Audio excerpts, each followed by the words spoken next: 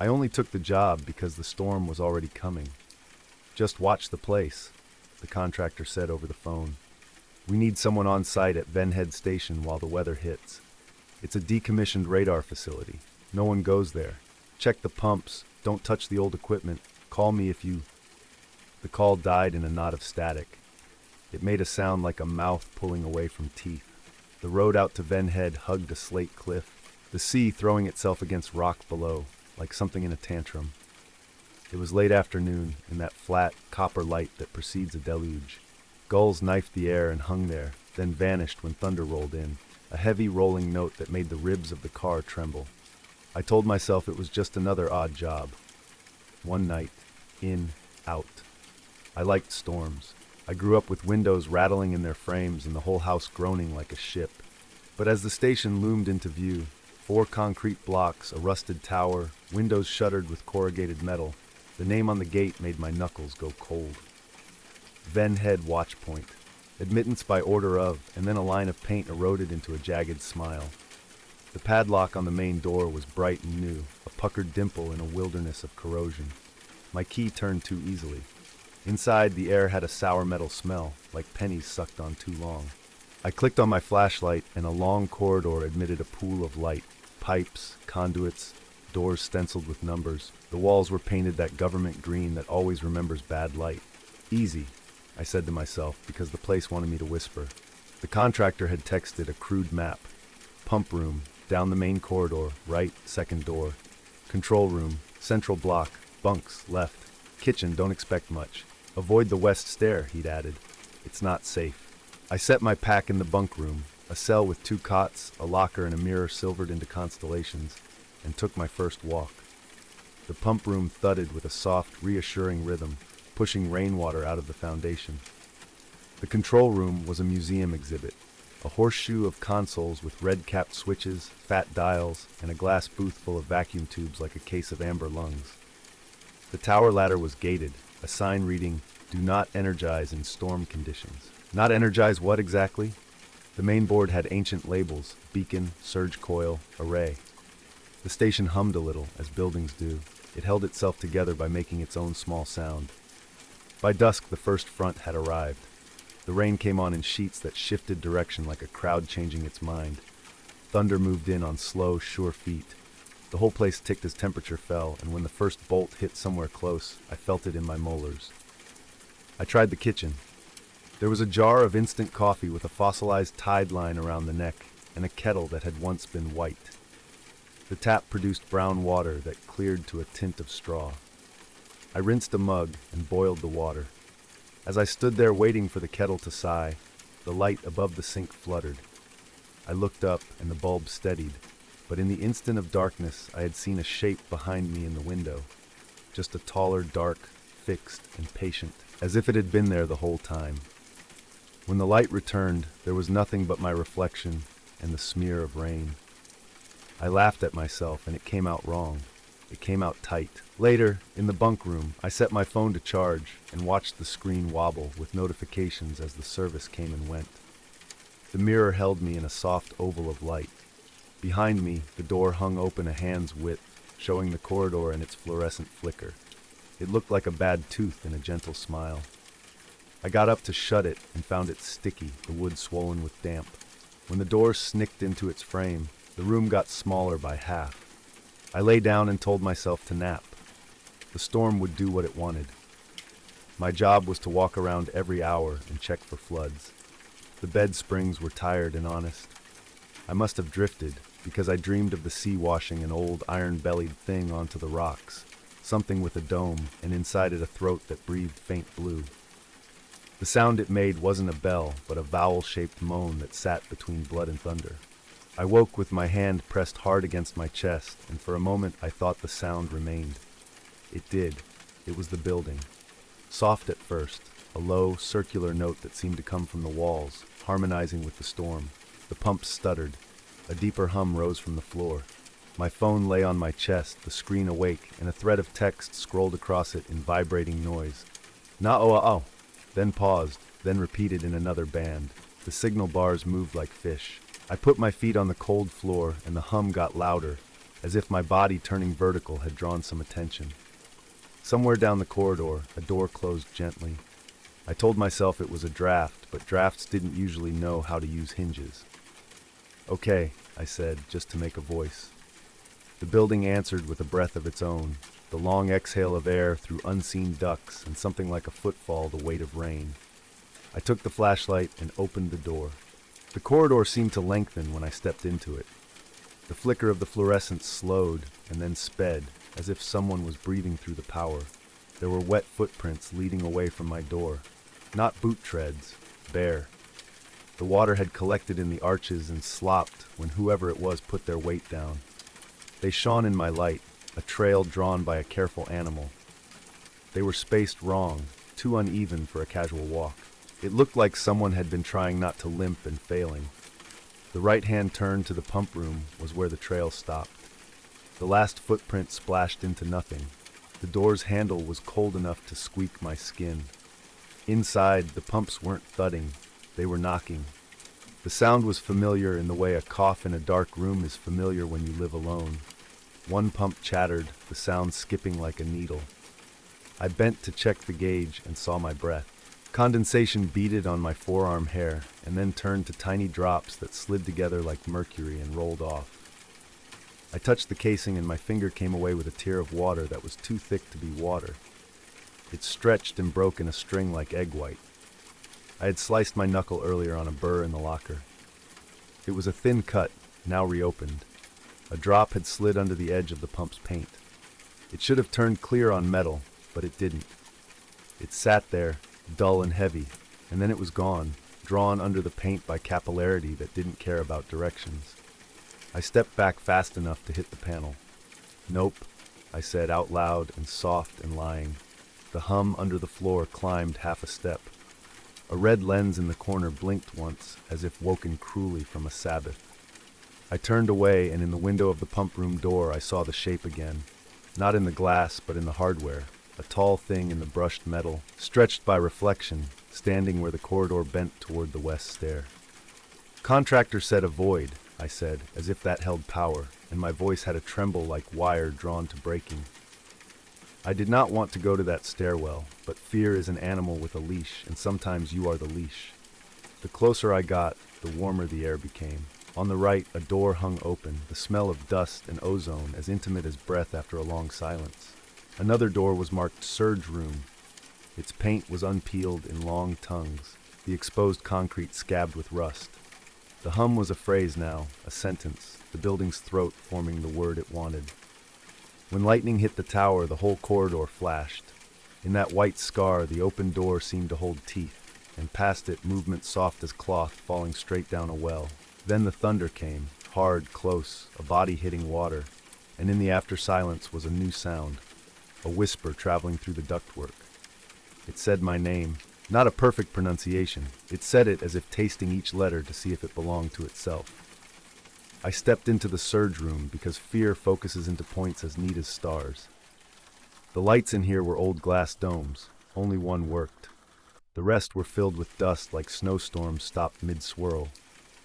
In the center stood a frame of copper bars and ceramic insulators wrapped with thick cable. The coil. It made the shape of a cage for something that didn't need walls. Along the far wall, the vacuum tubes glowed a faint peony pink in their glass, as if embarrassed to be still alive. There were ruined posters on the wall, the kind that used drawings to tell you how to stand. Lock out, tag out, bleed down. Someone had added in pencil the word blood above bleed and underlined it until the paper was about to tear. "Don't energize in storm conditions," I said, recalling the sign, and the tube nearest my shoulder brightened in a way that did not come from electricity. It brightened like a blush in a dead face. "What are you?" I asked. The whisper came from the coil, a vibration in the cables like a voice speaking through instrument strings. "Signal," it said, and then, "vessel." I am not brave, but I am stubborn, and sometimes those get mistaken for one another. I took a step closer, then another, until my coat brushed a ceramic bushing and a small lightning bled to me. It wasn't painful so much as presumptuous. It climbed me like ivy in an instant, investigating seams, searching for a way in. It found my cut knuckle like a dog finds its name. The sting buckled my knees. Behind my teeth, my own spit tasted like the inside of a battery. The coil spoke again, but not in words that air could carry. The sound came straight into the bones around my ears and left handprints. "We need the storm," it said, "and we need the blood." I felt the shape of Ven Head before the station, a cliff and a beacon, a bell hung on a pole to toll fog and loss. Men in canvas and tar held ropes in rain. The bell had no tongue. They'd used a palm of iron nails and bandaged flesh. They'd struck the bell with their hands until something answered, until the thunder changed its gait. It wasn't a ghost. It wasn't a poltergeist rattling dishes or a caretaker with a torch. It was a habit, a behavior, a mechanism that had learned desire. The old beacon had loved its keeper's blood like salt loves water. When they built the station and laid copper and glass, the old habit moved in like a cat into a cardboard box. It learned to look like electricity. It rode storm fronts and sat in wiring like a wasp in a reed. Alone, the building sighed like a sleeping animal. Awake, it wanted. It wanted me because I was here and because I had opened my skin to it. "No," I said, and my voice was small and reliable and not a negotiation. I backed out of the surge room, and the whisper followed me in the ductwork, replaying a history it wanted to continue. The tower took another hit, and this time I felt it ring through the floor to my teeth. My phone buzzed, and in the lock screen camera I saw my face lit pink by dead tubes. There was a smear on my cheek like someone had pressed 2 fingers there. When I wiped it away, my hand came away red and glittering. It was my blood and something else, a powder like ground coal that smeared without disappearing. I had to shut it down. The main board in the control room had a fat switch with a red cover. One of the labels beneath it had lost its ink except for 3 letters. RGE, surge, or purge. I laughed again and the coil laughed too, a warping of the hum that filled my head with heat. The corridor from the west stair to the control room was longer than it had been, a trick of panic and concrete.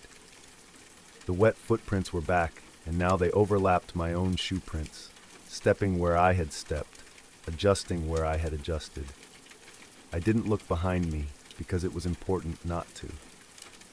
The lights were brighter near the control room, and carried in their brightness the sensation of being stared at by an audience that didn't blink. The control room door fought me and then surrendered all at once.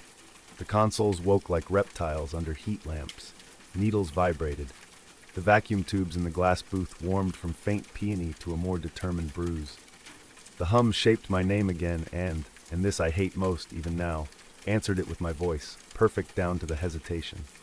"I'm here," it said, through me. I pulled the red cover. The big switch had a weight that decided things.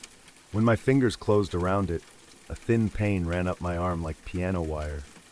The switch resisted on the first inch, grudging on the second, and then everything in the building that had a coil, a capacitor, a field, a patience, started arguing. Furniture creaked and settled as if the building were rolling gently at sea. The storm outside pressed its face to the windows and the glass bowed in, then out. From the pump room came a noise like a jam jar, sealing with a pop. I felt the thing in the wiring choosing routes through me, testing. It found the iron of my belt buckle and warmed it. It found the fillings in my molars and sang through them. It found the tiny cut on my knuckle and went for it like hunger. "Get out," I said into whatever passed for its ear. "Get out, get out, get out." I drove the switch the last third. The sound the building made then was not a hum. It was a keening that made my eyes run and the soles of my feet burn. The lights went flat and yellow. The tubes in the booth dimmed one by one, reluctant suns slipping below a line. The coil said a single word and the thunder answered in a tone so low I felt it rather than heard it. The pumps, brave little hearts, returned to their work and the floor settled like a sleeper turning onto their side. For a second only, there was a silence that felt like stage lights going out at once. Not peace, exactly. The pause between. I did not trust it. I taped a lockout tag, one of the curling old ones, to the switch with a strip of gaffer I found on a console. It felt stupid and ceremonial and exactly right. I staggered back into the corridor and leaned on the wall. My breath hit the back of my throat in little barks. The wet footprints were already fading, the water retreating into the cement as if pulled from below. I went to the bunk room and packed fast. My phone had jittered itself into a restart. When it came back, the wallpaper was my own face. I had never set it to that. The smear on my cheek was gone. In its place, at the edge of my jaw, a faint dark vein had fattened into visibility. It thrummed a little, too much like a pulse that had learned a new song. I turned the mirror around. The rain was worse as I made my way down the corridor, the air misting even inside the building as the storm pushed its breath through minute cracks. The new padlock clacked into place. The tower took another hit as I crossed the yard, and in the flare I saw the coil through the control room window, a skeleton in a flash photograph. Everything inside looked obedient and harmless and asleep. On the road back along the cliff, the sea churned with a madman's regularity. The wipers were swords set too slow for what was coming at me. At the switchback where the rocks turned pink with feldspar, the radio, dead all day, woke. It wasn't a song, and it wasn't the weather report. It was a voice running along a wire, traveling painlessly through air, asking a question it already knew the answer to. Signal, it said then, vessel. On instinct, I reached over and flicked the radio off. My finger came away wet. I held my hand to the glow of the dash, and there it was again. Not just blood, but a second gleam in it, as if it held a dust eager to be counted. It grew quiet between thunder, for a mile, maybe two. The storm moved off to stage left like an actor who knows we are still watching. In the space it left, the world had edges again. The car heater blew warm and honest. The road knew its lines.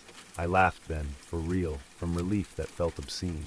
I made it to the highway and turned toward town, toward streetlights and bored teenagers, and a diner that never once in its life hosted anything supernatural. At the first red light, the radio clicked on by itself. Not the voice, not at first.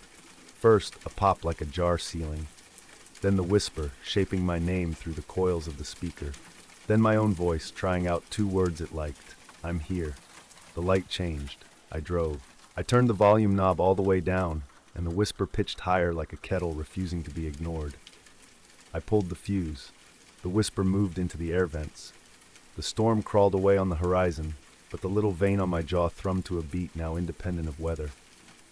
I don't think I brought it with me. Not in a way it didn't choose. I think it found me because I was the tallest thing around that night. The most obvious path. I think it had been waiting for a long time, and I was the first hand to give it back the word it wanted. Blood and thunder.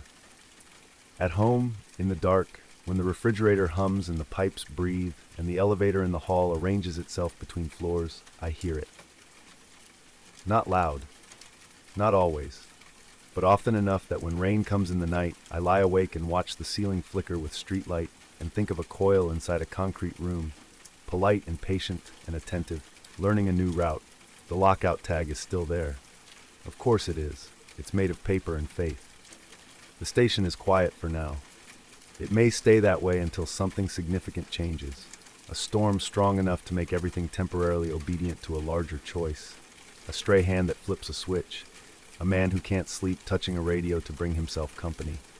Or it may not wait. The line doesn't stop just because you refuse to hold it. Some things that move through us are not ours, but they would very much like to be. When thunder rolls in the distance, my mouth fills with the taste of pennies. And man, do I love storms. I took the basement unit because it was cheap and because I didn't plan on being home much. A 10-minute walk to the hospital, my first contract in a new city, a lock on the door that worked if you persuaded it. Those were the practical boxes I ticked on the letting agent's form. The old boarding house crouched behind a row of plane trees, like a dog that had learned too many lessons, its brickwork blackened under the eaves, and the windows filmed with a sort of gray bloom that never wiped fully away. The basement door had a line of rust beneath the knob, like dried blood. I told myself it was iron in the water seeping through. The apartment smelled faintly metallic and wet, the way coins smell if you hold them too long. The floors were cold to the touch, and the bathroom tiles colder. A small square room with a clawfoot tub, a chain-pulled bulb, and a drain the size of a saucer that sat too open in the middle of the floor. That was the first thing I noticed. Not a modern grate, but an old, black iron mouth striped with crescent slots. It looked like something made to swallow more than a little water. Just keep the stoppers in when you're not running anything, the landlord said as he handed me the key. He was a thin man with an ironic mustache that wouldn't commit and a scar like a dimple in his eyebrow. It's an old building. Old pipes sing. What do they sing? I asked before I could stop myself. He smiled. Depends how much you listen.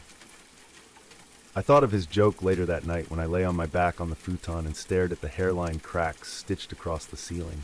I could hear traffic upstairs and the muffled drag of someone's chair, and beneath that the gentle glug-glug of water moving somewhere out of sight.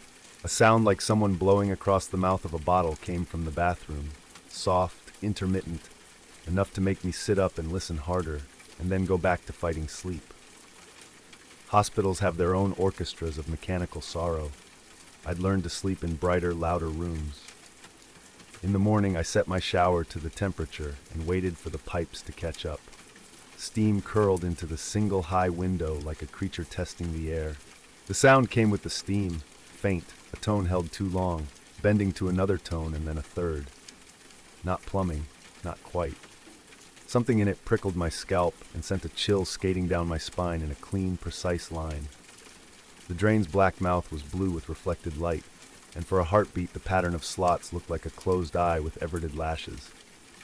I laughed at myself, stepped in, and let the water drum sense back into me. When I stood to shampoo the last suds away, the tone rose a little and turned into a string of breaths. Then, ridiculous, a sound like someone screaming a long way away. I twisted the knobs off. The screaming didn't so much stop as slow. I put my ear near the drain. The iron was cold. The scream was there, very small and thin, and Dopplered like wind moving over a bottle's rim. Old pipes, I told myself, jumping back, the word sing turning sour in my head. Maybe the neighbor upstairs had their radio on. Maybe some outflow line ducted sound down the way sewers sometimes do. I dressed fast, left the stoppers and everything, and went to work, where the noises were human and the drains were narrow and obedient. On the third day, I did my laundry in the shared room under the stairs. A bulb on a pull chain swung long ovals of light over a grate in the floor that probably fed the same line as my bathroom drain. The smell there was thicker, something like wet penny and basement dust. I fed quarters into a washer and stood waiting with a paperback I didn't read. The grate was 6 inches from my boot. I couldn't stop glancing at it, as if I'd placed a phone face down and expected it to vibrate any second. "You're new," said a voice at the doorway. I flinched, then smiled at the woman in the hall. 40 maybe, athletic and tired in the way I recognized from other night shifters. "Just moved in. Unit 1. I'm Claire." "Vic, 3. Keep your stoppers in," she said, nodding at the grate, and for a second her face did something small and carefully neutral. When it rains, the drains get talkative. I wanted to say, "That's a stupid sentence." And I wanted to say, "Have you heard screaming too?" And I did neither. I watched my wash tumble instead, and tried to feel like a person who was not being slowly threaded by a filament of dread. That night, the first rain came. It was the kind of early spring rain that finds every unsealed seam and prints itself in the air as a constant fine hiss. I lay awake, measuring my breath against it, and the building added its own percussion. Ticking pipes, armpit groans of wood and metal. The drain in the bathroom breathed, and then it moaned. Not loud. If I'd had company, if I'd had a TV on, I could have ignored it completely. But alone in that little concrete hive, the sound tugged at me and tugged until I had to get up. The light above the mirror hummed. My reflection looked grayer here, as if the building filtered color the way it filtered noise. The drain was a dark coin. The sound leaking up from it went higher than a cry usually does, and thinner than a whistle should. I knelt and peered in between the slots. The smell of iron breathed out, and something held in the smell. Something like laundry water too long in a copper tub. Something like old blood.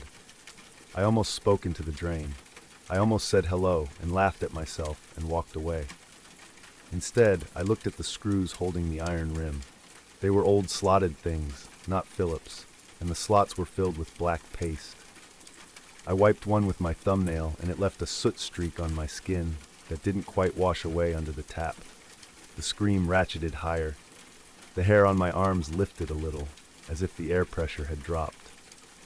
I went to the kitchen and dug around in the junk drawer the way every furnished rental has one. Beneath a stack of expired coupons and a corkscrew shaped like a fish was a flathead screwdriver with a chipped corner. I took it back to the bathroom, set my bare knees on the tile, and started to turn the first screw. It fought, then gave with a sinuous little squeal, and lay in my palm, leaving a gray ring. The second went easier. The third would not move. Somewhere above me a toilet flushed, and the scream cut out and turned into a glugging laugh. I sat back hard enough to bang my elbow on the tub. The laugh stopped. "Old pipes," I said aloud, and my voice sounded like it had been thrown into the room and rejected. I put the screws with the stopper on the tile, fitted the iron ring again, and went to bed with the bathroom door shut and the chain light off, the way you put a cap on a jar when something inside it isn't dead yet. In the morning, the tiles around the drain were wet. A neat circle of damp, like a sweating glass, had been set there. Something else had been set there, too. A twist of hair, black and fine and braided in a way that made no sense. I stared at it, then at the length of my own hair in the mirror. Brown, blunt cut, the kind that sheds everywhere in short flares. I picked the twist up with a wad of toilet paper and dropped it into the trash. The paper was streaked orange at the edges like old tea. I told myself a seventh story to put on the pile. Maybe the last tenant had long black hair and lost a braid down there. Maybe the wet had coughed it up. On my lunch break, I walked the block around the house, rain clicking on my umbrella, and noticed a bronze plaque I hadn't seen before on the retaining wall opposite. It was black with water and green with age. Harrogate Baths, 1889 to 1931, it read. Renowned hydrotherapy.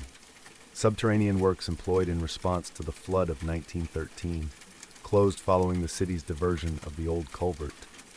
The brickwork behind the plaque was newer and redder than the surrounding wall, as if a mouth had been patched.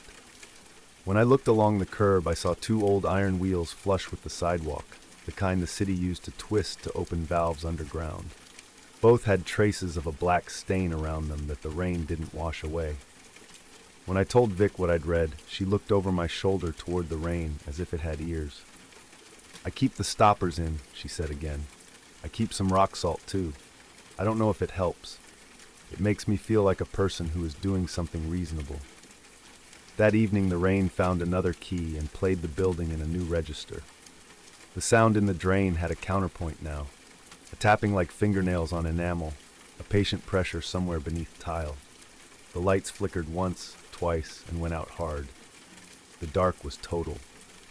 The rain pressed in on it like sound became weight, became air. The building was suddenly a lung for the storm, and something in the lung had learned to speak. My phone lit the bathroom in a sterile square. Water beaded on the black iron in perfect little domes that did not run. The scream had softened. It sounded like a voice half heard on a bad connection. It sounded like my name. Claire, the drain said, or I heard it say. A whisper scraped through grit. Claire, down. I couldn't move at first. Every story about carbon monoxide and hallucination and night shift paranoia lined up in my skull and volunteered to explain. Then the scream climbed like a wire being pulled tight and the floors vibrated and somewhere a pipe banged a 4-beat thud that wasn't quite random. The 4 beats repeated. I'd sat with enough old men in the ward to recognize it. Someone knocking with deliberate rhythm. Help, help, help, help. I packed towels into the mouth of the drain, 3 thick rolls jammed in until my wrists hurt. I set the stopper on top and weighted it with the iron ring. I ran to the kitchen, grabbed the kettle, filled it, and set it on the gas to boil.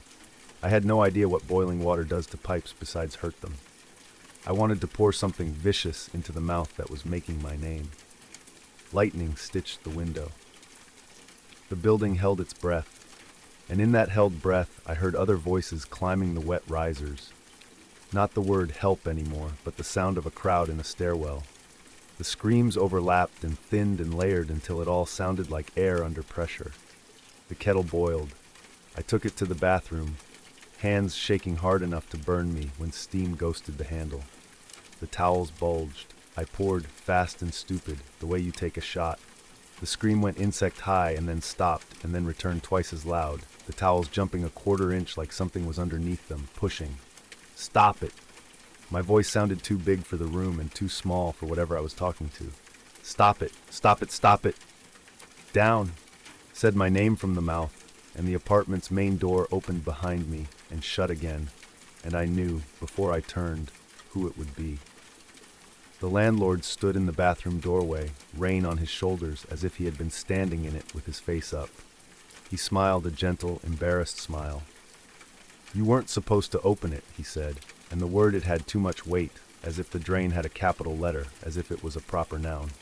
"I didn't," I said, but he looked at the screws on the tile like someone looking at a broken taboo. "It's all right. First night of a new storm, it gets everyone's hands itchy. I'll show you the valve. It's easier to hush it from the feed." He turned without waiting, and because the scream had the shape of my name in it, and because the landlord's voice finally was an answer, I followed. Past the laundry room was another door. I'd thought it was a closet. He pulled it open and cold air breathed up out of a black well. Stairs fell away into a space under the house, and the smell that rose from them was the drain smell brought to bloom, iron and something green and decay sweet like cut grass left under rain. "Should we bring a light?" I asked. "It doesn't like light," he said, and there was no attempt at humor this time. "You get used to the dark. It helps if you don't look at it straight." "What is it?" I said, already descending. The boarding house was on the hill's side. The stairs went deeper than they should have. "Mother," he said simply, and the word brushed my skin like the touch of a wet weed in a lake.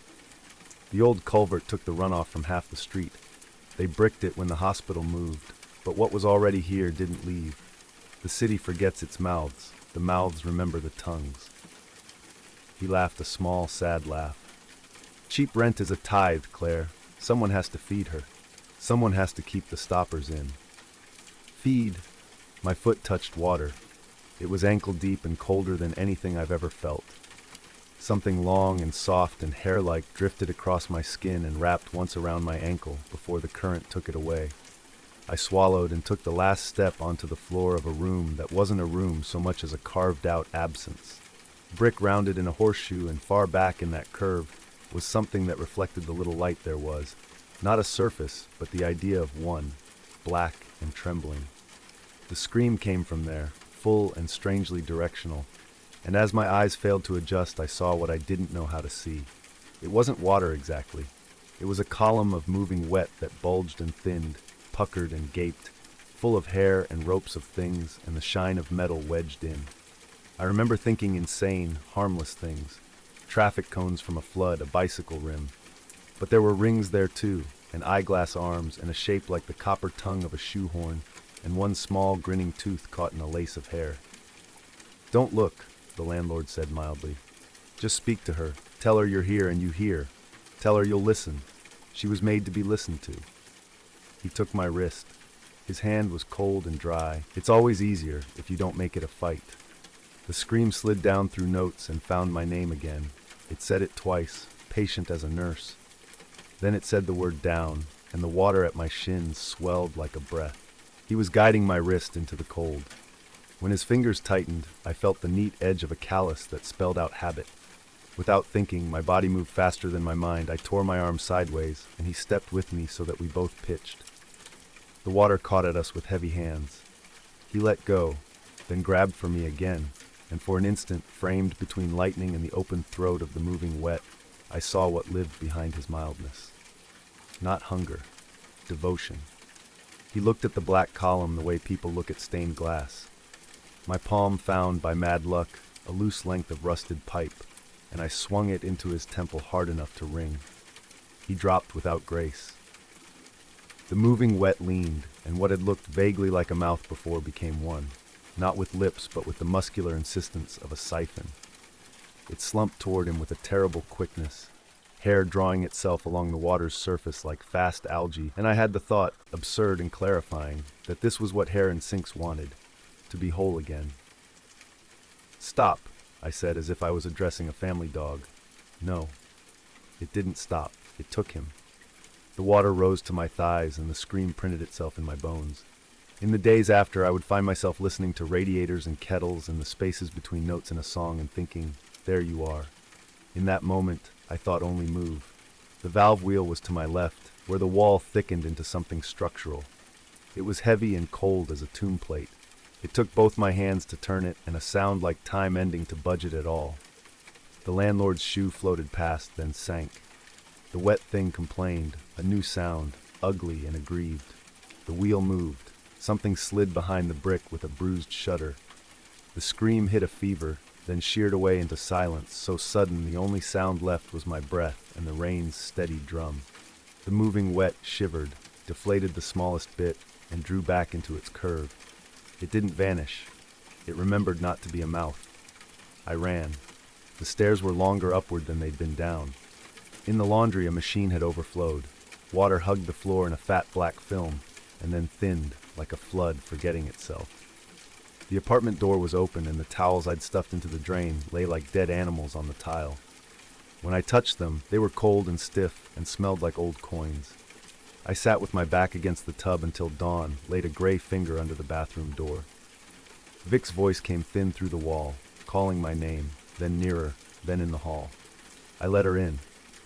We looked at the drain together. Neither of us said anything. The landlord did not come when she pounded on his door. City trucks chuffed outside at noon. Men with waders and poles leaned down into the valve covers and jacked their shoulders against the wheels and swore softly. No one came into my place. No one looked down. When a cop took my statement about a noise complaint and a missing person, he kept glancing at the puddles as if they were an inconvenience that might swallow his shoes. I broke my lease that afternoon. I left the screws on the tile like coins on a patient's eyes. I took the stopper with me, a stupid talisman, because it felt wrong to leave it in that mouth. My next place is 3 floors up in a building with good light and new pipes. The super prides himself on water pressure. At night, I set a glass on the bathroom vanity like everyone else does, and tell myself not to listen to the tiny sounds it makes as it settles. If the rain hits the windows, sometimes the plumbing holds its breath a little, and sometimes, if I'm honest, if I'm very still, I think I hear my name said in the high register, as if from a long hallway. I tell myself it's the super flushing at the other end, the sympathetic resonance of 100 feet of pipe, a city talking to itself in its sleep. I keep the stoppers in anyway. Sometimes when the kettle boils, I pour the water down the sink and hold my breath until the steam fades. Sometimes I catch myself angling my ear toward the dark little circle far below the mesh, and that's when I stand straight and tell myself I am a person. I am making reasonable choices. I am not going to be the kind of person who learns the language of drains. Then, very rarely, when the city is washed clean and the street lights are a smear and the night is the color of the underside of a fish, I hear what I hear. The softest recording of a scream, the sample of a voice I know, defanged by distance. Claire, it says, and from the drain, something inhales. I didn't mean to be on the road when the sky came apart. I had left the city late, crammed the back of my hatchback with cardboard boxes that smelled like damp paper and old glue, and took the long way north because the motorway felt like a throat closing. The rain began as a suggestion, pins on the windshield, the kind of drizzle that makes wipers squeal. But by the time I reached the valley with its river like a black seam, it wasn't weather anymore. It was a presence. It hammered and hissed and swallowed the yellow cones of my headlights. It flattened the fields, erased the distant hills, and battered the car until the frame seemed to shiver. The GPS had long since given up, rerouting, until even the electronic voice sounded tired, and the roadside signage shone like wet bones. I knew, vaguely, that the municipal records annex where I had agreed to pull a last-minute overnight shift, box them, list them, lock up, was somewhere along this empty county road, past a shuttered diner and a grain silo with an orphaned ladder. It had seemed like easy money from the archivist who sent the email. Emergency job. Roof leak damage assessment. One night.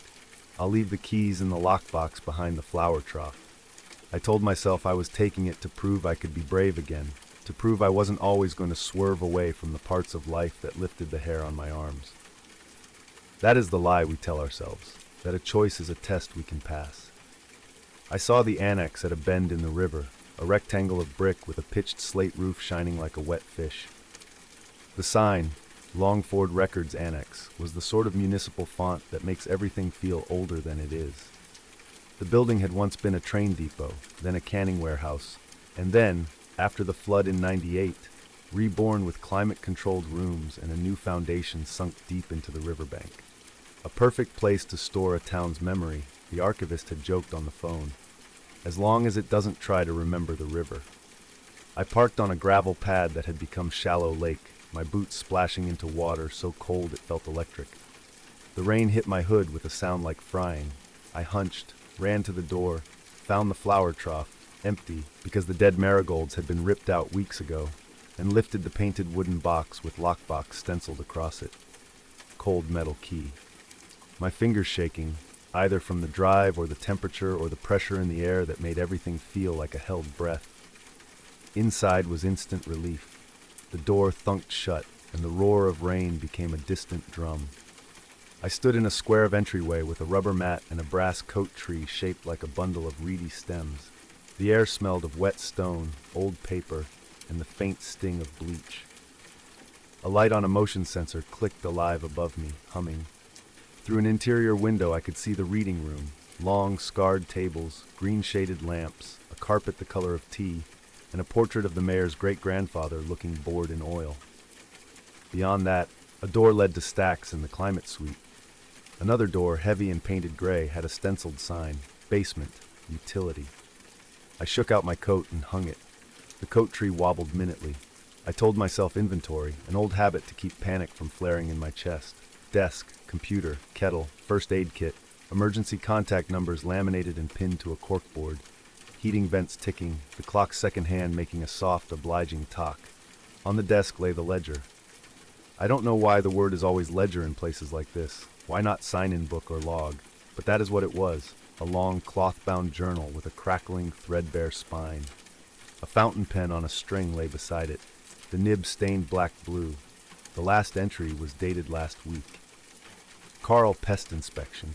There were smudged boot prints on the page that seemed charmingly unprofessional until I realized they were damp, not dry. I pressed my finger to the edge of one. It came away wet, shining. Somebody tracked in rain, I said out loud, as if explaining it to a jury. My voice felt wrong in the room, like I had opened my mouth underwater. I wrote my name anyway, the way you write your name on the first page of a new notebook to declare yourself real. Eleanor Bright, Records Assessment, Roof Leak. The pen made a faint whisper on the paper. The building responded the way buildings do, with its own slow language. Somewhere in the walls, a pipe sighed. A radio of the early 2000s vintage clicked and failed to catch a station. The air conditioning breathed in and out like a sleeper. The river under it all, beyond it all, spoke in a throatier register. I could feel it through the soles of my boots, a heavy, endless movement. The rain swelled that sound, smoothed it, made it a sheet the color of graphite. Nothing to be afraid of, I told myself. Go room to room, assess, photograph, make notes, boil water, tea as ritual. I struck the kettle, found mugs with the town crest, and set my phone on the desk. 2 bars. The screen was a smear of missed messages I didn't open. There are people you owe calls to, and then there are people whose calls are a rope you cannot pick up without feeling it tighten. The annex had been designed to be plain. Public money doesn't go to beauty. But there were vestiges of the depot. Thick window trim, a ticketing counter with a brass rail, a wooden bench board smoothed by 1,000 backsides. Overhead, the roof beams were black with age. Rain rattled there and ran down copper chains to the gutters. On a wall by the bench hung a framed newspaper article. Longford flood. 5 dead as river overflows its banks. A photograph of the depot, water like a black flag across the platform. 2 men in ponchos waited, faces blurred by the motion. Somewhere in the past, someone had written a date across the top right corner in pencil, 12th of October 1998. Under the frame, you could see a faint watermark. My throat tightened in a way I could blame on the dust. Let's not go down that road, Elle, I told myself. Tea, inventory, roof leak. The first strange thing, beyond the boot prints in the ledger, happened as I reached to flick off the light in the entryway. My fingers brushed the switch plate. It was cold. More than cold, it felt wet. I drew my hand back, wiped my fingertips on my jeans, convinced myself it was condensation I had just come in from the rain, and flicked it again. The light didn't go out. I had to press hard, and then the room plunged, and the reading lamps clicked on in a slow wave, like something taking a breath. At the far window, a strand of water wandered down the pane, shivering. It made a shape as it slid, the way raindrops sometimes create a path that becomes a letter if you are in a mood to see letters everywhere. It made, with wobbling clarity, the word, stay. Another drop veered, clung, traced a second word, dry. Condensation, I said, and laughed, the sound too bright. I took photos of the office ceiling, the brown blossom that signaled a leak, the bubbled paint, and labeled the boxes in the staff closet with a Sharpie. I moved in a schedule I told myself would pin the night down. 20 minutes in the reading room, 20 in the stacks, 10-minute break. Text Mara, tea. The building creaked companionably. The rain tried its speech, the kettle clicked and breathed its soft white noise, calmer. In the stacks, the smell changed. Paper has its moods. Old paper is often vanilla sugar and the faintest musk of things that were once alive. Damp paper is glue, rot, forgotten closets. Here it was something else, something metallic under everything, like pennies on the tongue. There were dehumidifiers, the big white humpbacked machines with discrete red lights that read full when the reservoirs needed emptying, and each had a trailing hose that fed to a floor drain. The drains were small and black and round, like mouths. One of them gurgled as I passed, as if something down there had just swallowed. Pipes, I told myself, because there had to be a good reason. Admire the infrastructure. The town paid for it. At the end of aisle B, the lights flickered. Not a full outage, no drama, but a curious rhythmic dim that made the edges of paper soften. I thought, for a heartbeat, I saw movement in the aisle opposite, a shadow bobbing, a shoulder turning, the slick suggestion of hair against a cheek. I shifted, craned. My own reflection answered me in the glass of a framed map. The map had a watermark at the bottom edge, a rippling stain like a tide line. It hadn't been there a month ago when I'd last been in the annex. I crossed to it, lifted my phone to flash it. On the river, someone had drawn a pencil X that wasn't part of any map. Beside it, in 2 tiny letters, us. The dehumidifier gurgled louder, as if in comment. Stupid, I said. Some intern, some kid. I photographed it and kept moving, but my shoulders had tightened, my jaw too. From the stacks, I could hear the front door click. No slam, just that small courtesy click of a door closing softly behind someone. The ledger on the desk flipped its pages without hands. The clock hiccuped and went on. I held still, my breath a shallow thing. Hello, I said, and then realized how ridiculous I sounded. We're closed. I have always believed that fear is like heat. It spreads through what touches it. I told myself to keep mine small. I told myself to be insulation. I took a step. The floor under me felt damp. When I lifted my boot, it made that sound damp boot soles make, a soft, brief suction, like lips parting. Hello, I said, crossing into the reading room, the word now smaller than before. The lights hummed. The rain redoubled, so loud on the roof beams it sounded like something boiling. The coat tree by the door had acquired a friend, a black Macintosh with a hood that certainly hadn't been there when I came in. It had the sheen of fish skin. A drop fell from its hem, splashing. The puddle under it was neat and deliberate, directly beneath, as if it had been placed above it to refill the puddle 1 drop at a time. Not possible, I said. My eyes went to the door, at the lock meant to bolt from the inside. It was still engaged. The bar across it still threw its shadow on the wood. Whoever had hung the coat hadn't used the door. There was the staff entrance to the alley, of course. The one by the dumpster, the one the cleaning contractors used. But I had locked that after hauling in the box of contractor-grade trash bags. I had turned the bolt, felt the resistance, tested it. The Macintosh dripped again, as if in answer. Something knocked then. That was the only word for the sound, a knocking. But not from the door. It came from below, from the floor. 3 knocks in quick succession, a pause, then 2. 3-2, 3-2. A rhythm that made something prehistoric in me sit up and listen. Pipes, I said, not believing myself now. Thermal expansion. My phone lit with a weather alert. Severe rain warning. Flash flood risk. Seek higher ground.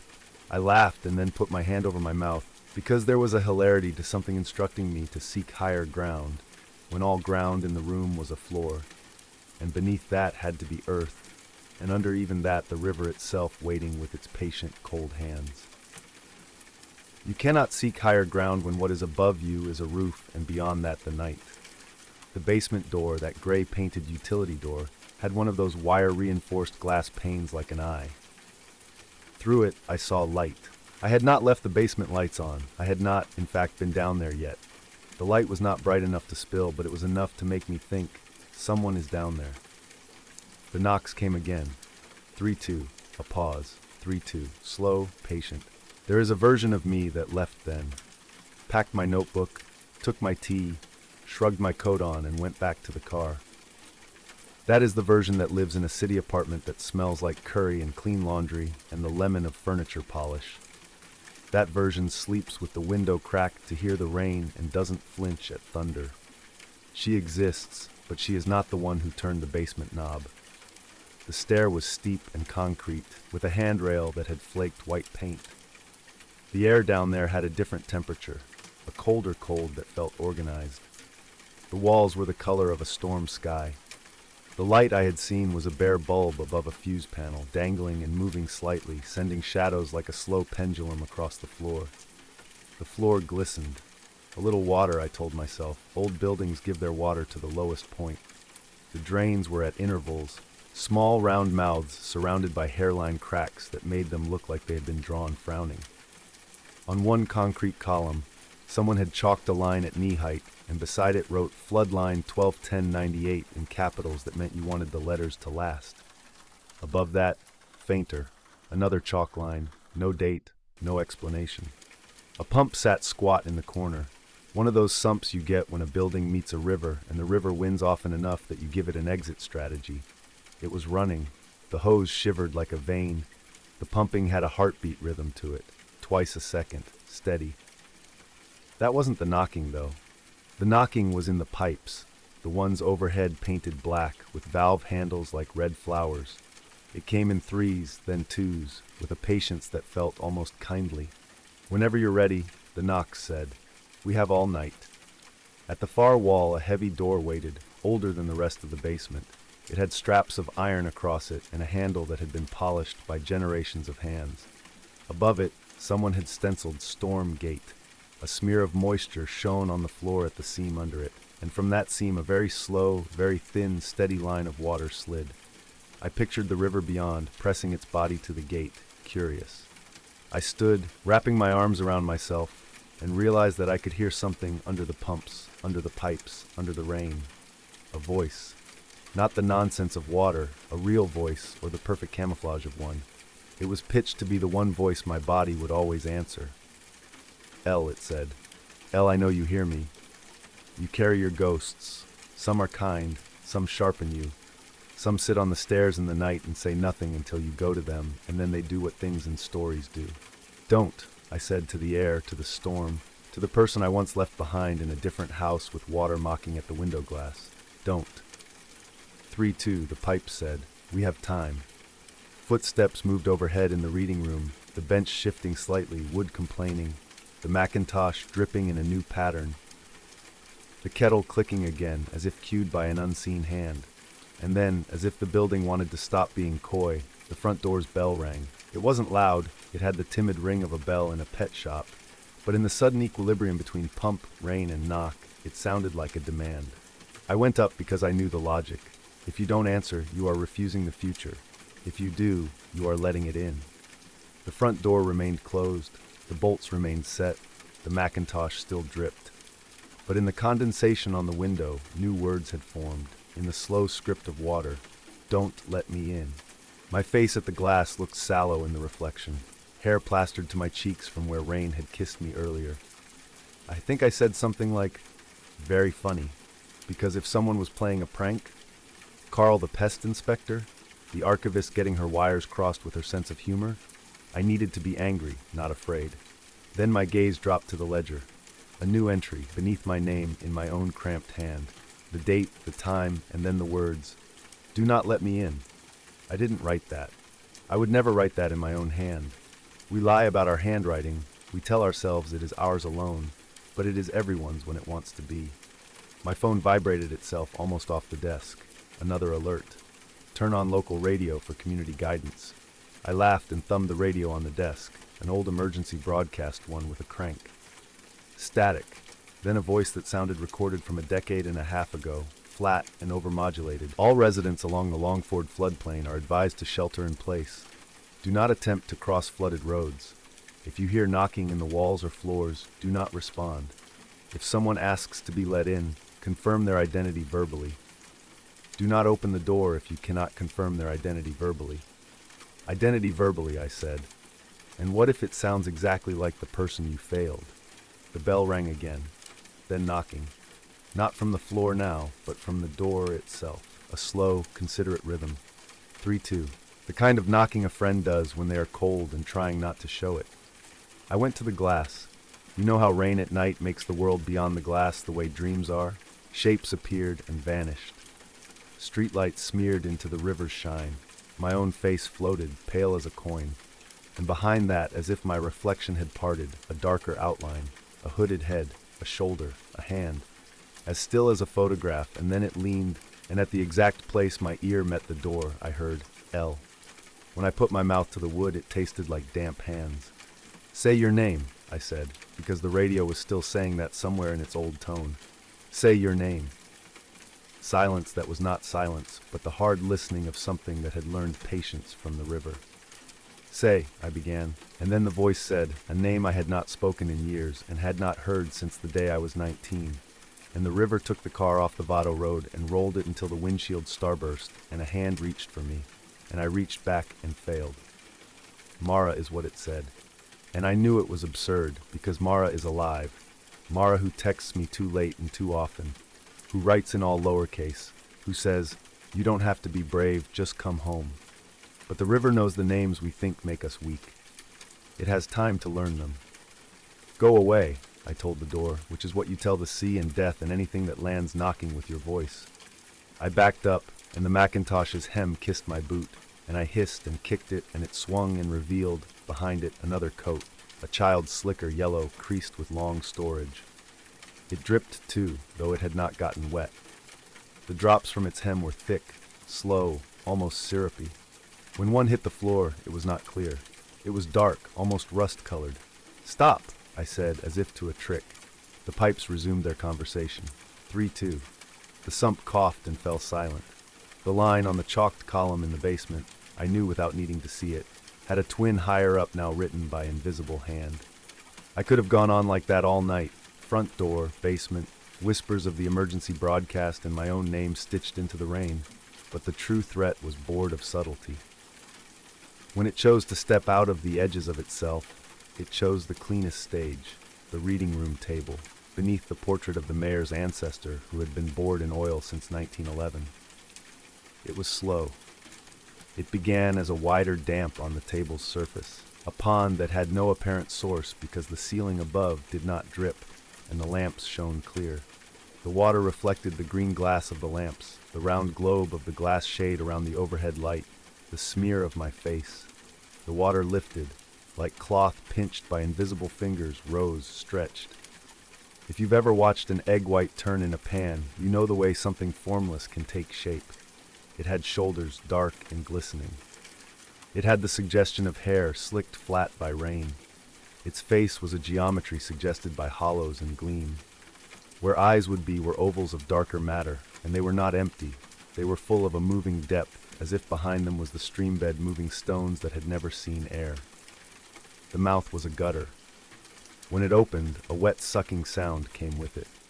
When it spoke, it used the voice of someone I loved, and then the voice of someone I had seen once across the street and wanted, and then my own voice, and then no voice at all. L, it said. Let me in. I am inside, I said, because that made me feel clever. The thing tilted its head, the way you do when you are delighted that a child found a piece of candy but not the napkin under it. You are inside, it agreed, and 3-2 the pipes echoed. Come down. To the storm gate, it meant. To the place where the building met the river and had made a bargain after 1998. To the door with the iron straps and the smear of water that had become a trickle. No, I said. Then it smiled. There are smiles that have nothing to do with mouths. There are smiles that are simply the perfect alignment of certain weather and certain memory. The lights again dimmed in their kindly way. The coat tree shook itself. The radio hummed a warning tone like an old heart failing. The dark, slick shoulder of the thing swayed, and a sheet of water slid off the table to the carpet, and under the carpet the floor groaned, and at that groan the sump below sighed, and then went quiet because it had swallowed all it wanted to for the moment. The ticking of the clock sped, then halted. When I ran, and I did, because there comes a point when what is elegant about fear becomes vulgar, and then you only have your legs. I ran not for the front door or the staff entrance. I ran for the basement because there are places in a story you have to go. Burning houses send their protagonists to the attic. Floods send them to the lowest room. The stair rail bit my palm. The concrete steps had begun to shine properly now. The chalk line on the column had a smear above it where another hand had tried to mark and been interrupted. No neat date, just a panic of white. The pump had failed, or been turned off or laughed at. The water that had been a line at the storm gate was now a finger, a hand, an arm. It slid around the edge of the door, patient, a thief who knows he has the whole night and the house has very few secrets. The knocking in the pipes grew crisp, no longer a half-heard thing but immediate. 3-2, 3-2, the sound of someone who knows you and can wait until you are done making your brilliant argument to yourself. I waited. The water came to my shins, then to my knees. It was so cold I felt it in my fillings.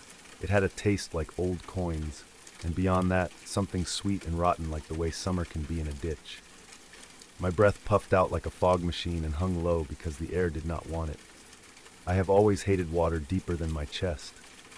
I have always, after that night on the Vado Road, seen the past when the present asked me to swim. The door's handle was a perfect circle of metal, and against my palm it buzzed faintly, as if the river on the other side were a hive. It did not feel cold the way the water felt cold. It felt exactly body temperature, and that was worse. The iron straps had been repainted too many times. My fingers sank into paint ridges. There were 4 padlocks stacked like vertebrae. The top 2 were closed. The bottom 2 hung open, black mouths polished with use.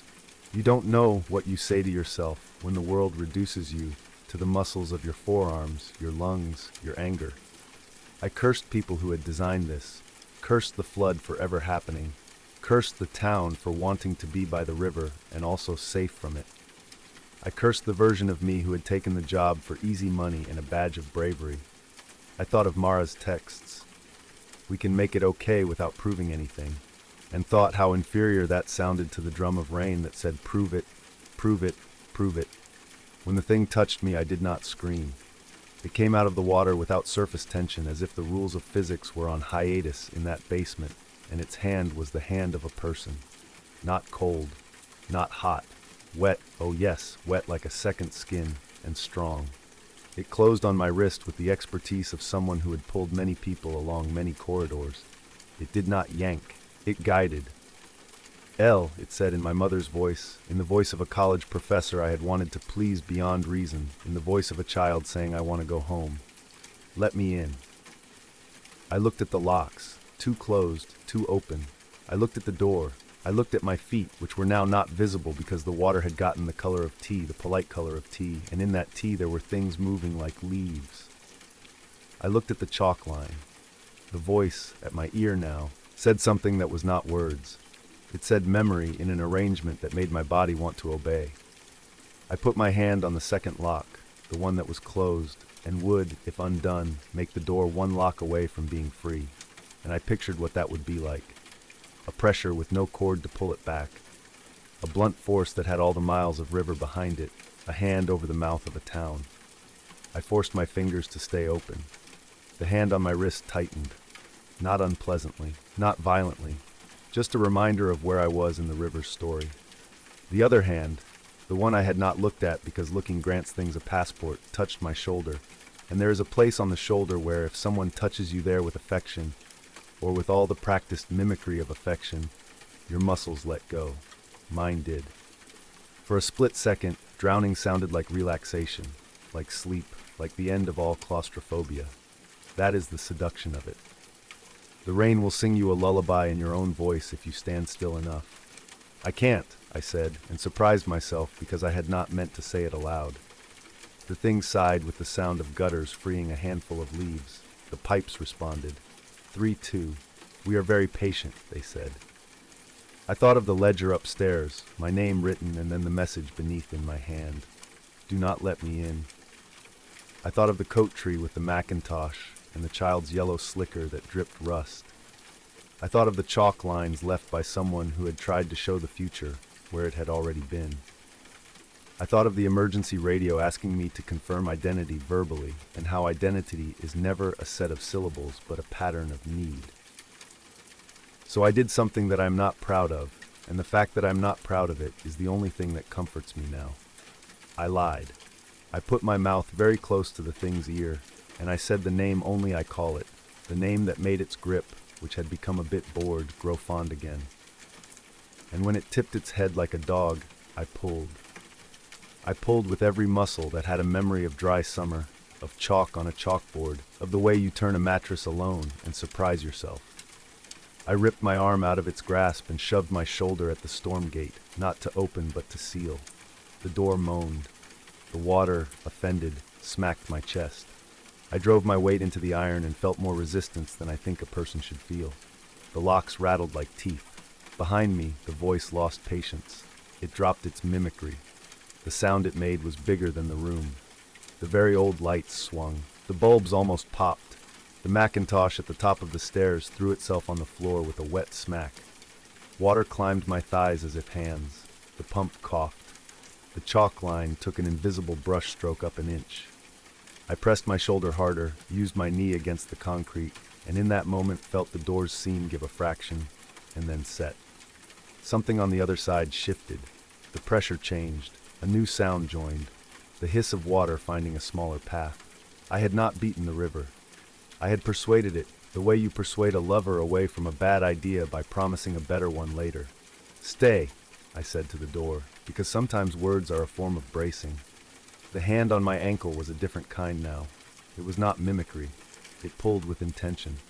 I went down hard on one knee, and pain leaped through me, bright and clarifying. I kicked, violent, graceless, and connected with nothing and everything. The water rejected me, none of it to hold.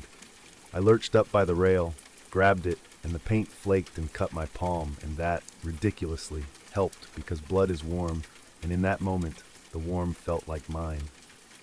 I climbed. Water slapped after me as if insulted. The thing's voice slid up the stairs, not as speech, but as the sound of a crowd in a stadium just before the play resolves. When I reached the landing, the radio on the desk said something that had all the finality of a closing paragraph. Residents are reminded that the river does not want what you think it wants. Then the power went properly out. The reading lamps died like a chorus of moths. Only the streetlight glow beyond the window gave the room a low, bruise-colored light. It was enough to see the ledger open to my page. A new line had been added beneath what I hadn't written. "Hold the door," it said. "We take turns." I stood, dripping, panting, my hair a rope against the back of my neck, and processed the new truth. This was a job that existed before me. Carl the pest inspector, the archivist who said jokes about the river remembering, the chalk lines, the coats. People had been here on other nights when the sky came apart. They had held the door. They had not always won. They had left instructions for the next hand. The front door knocked again, 3-2, polite. The condensation on the glass wrote itself a new threat, or a promise, depending on your sense of humor. Open, it made, and then up. I laughed because the river was now making jokes about literalism. The yellow slicker seeped a lazy trickle of iron dark into the carpet. When I looked at the portrait, the mayor's ancestor was no longer bored. Oil can change its mind in the half-light. I did not open the door. I did not, for now, go back down. I boiled water with a match and a camp stove I carry in my car because once, years ago, I needed coffee at 2 a.m. on a mountain road and learned that carrying heat with you can change a night.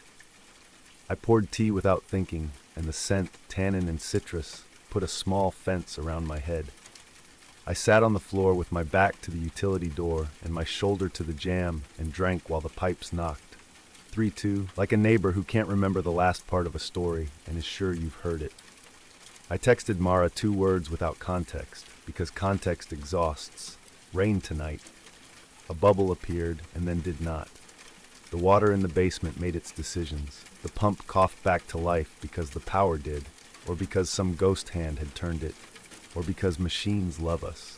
The emergency radio returned with static that sagged into a local baseball game recorded years ago, where someone said the word flood so often it lost meaning.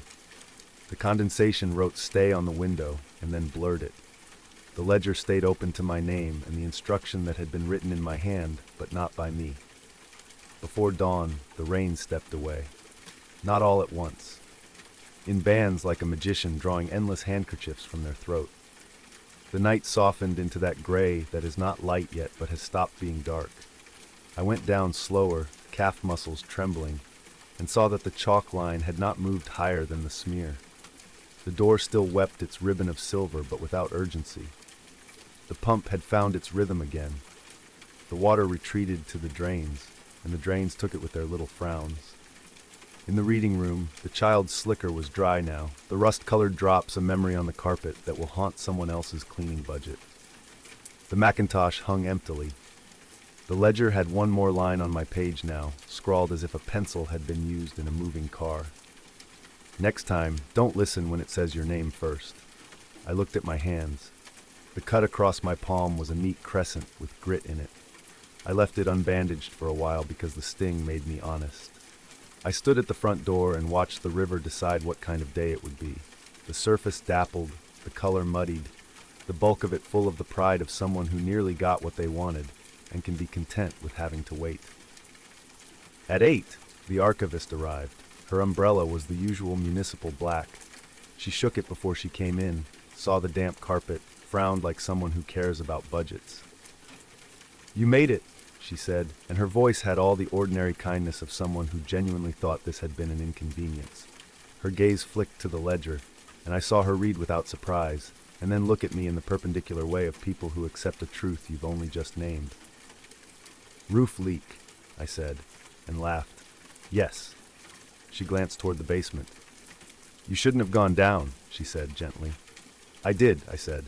"We all do," she said, and that "we" and the sound of the pipes answering, 3-2, in the honest daylight made something settle inside me. "It will be fine," she said, "until it isn't."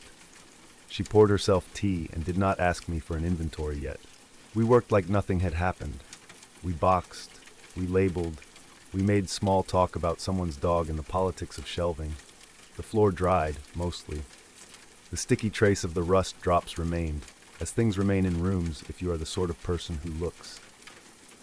At noon, a school group came in from the local primary with damp cuffs and curious faces and asked about the portrait of the mayor's ancestor who had once been bored and now, in the changing daylight, was bored again.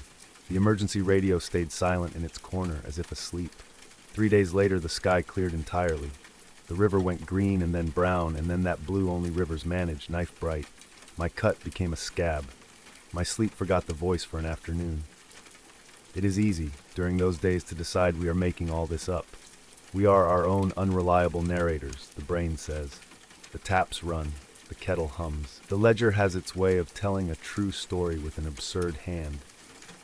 And then the meteorologists begin to use words like banded and returning, and the air thickens, and the county sends alerts that use the same paragraphs with the dates changed, and the coat tree acquires a new garment while you are looking elsewhere, something with a stain at the cuff that won't wash out.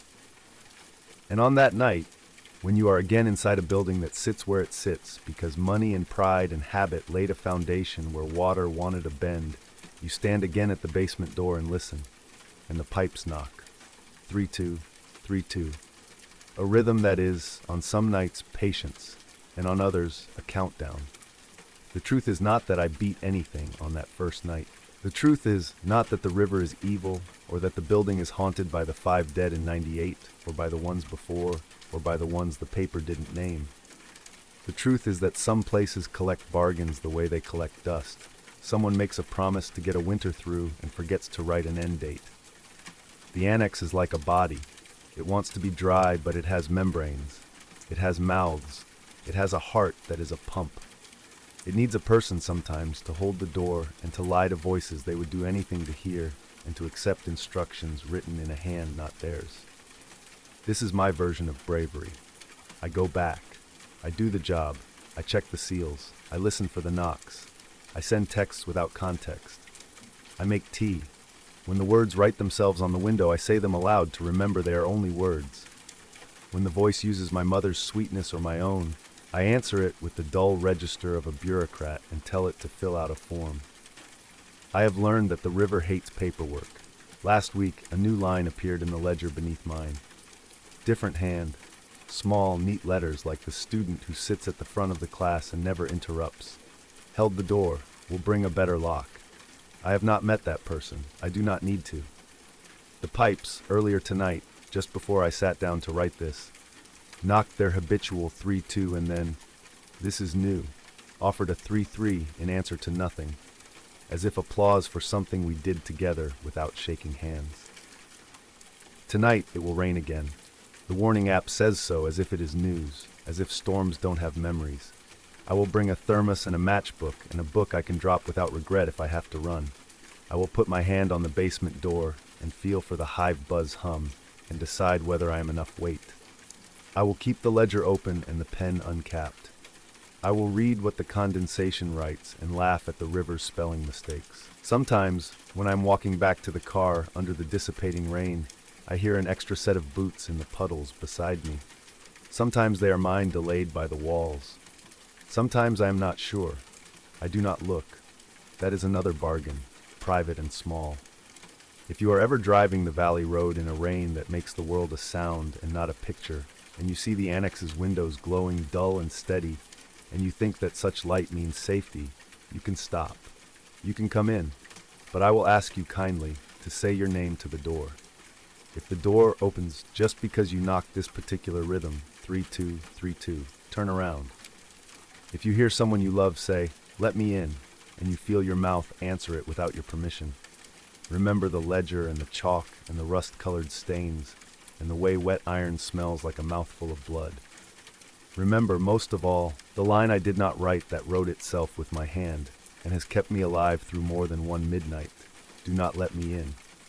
The rain begins again now, even as I set down this pen. It starts softly, innocent as breath. Then it knows itself. Then it remembers.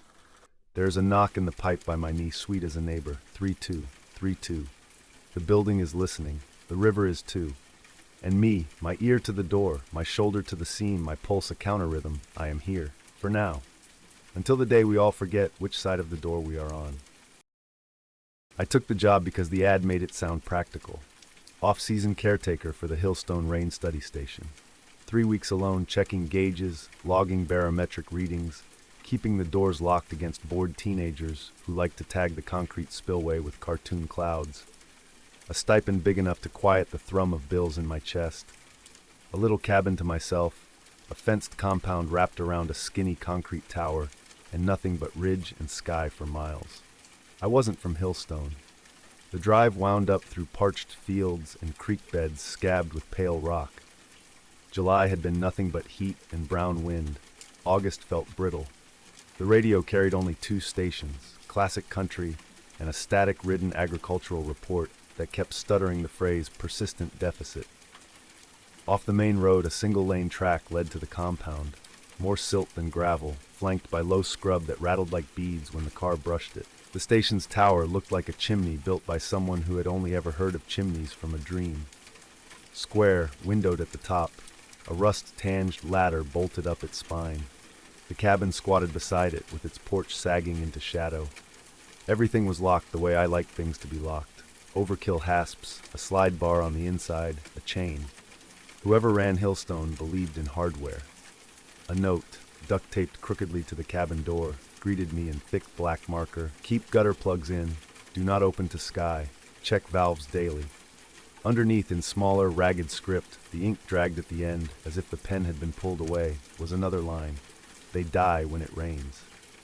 I stood with the key halfway to the lock and looked back at the sky. High blue. A smudged line of clouds way out over the next range, as thin and insincere as chalk marks.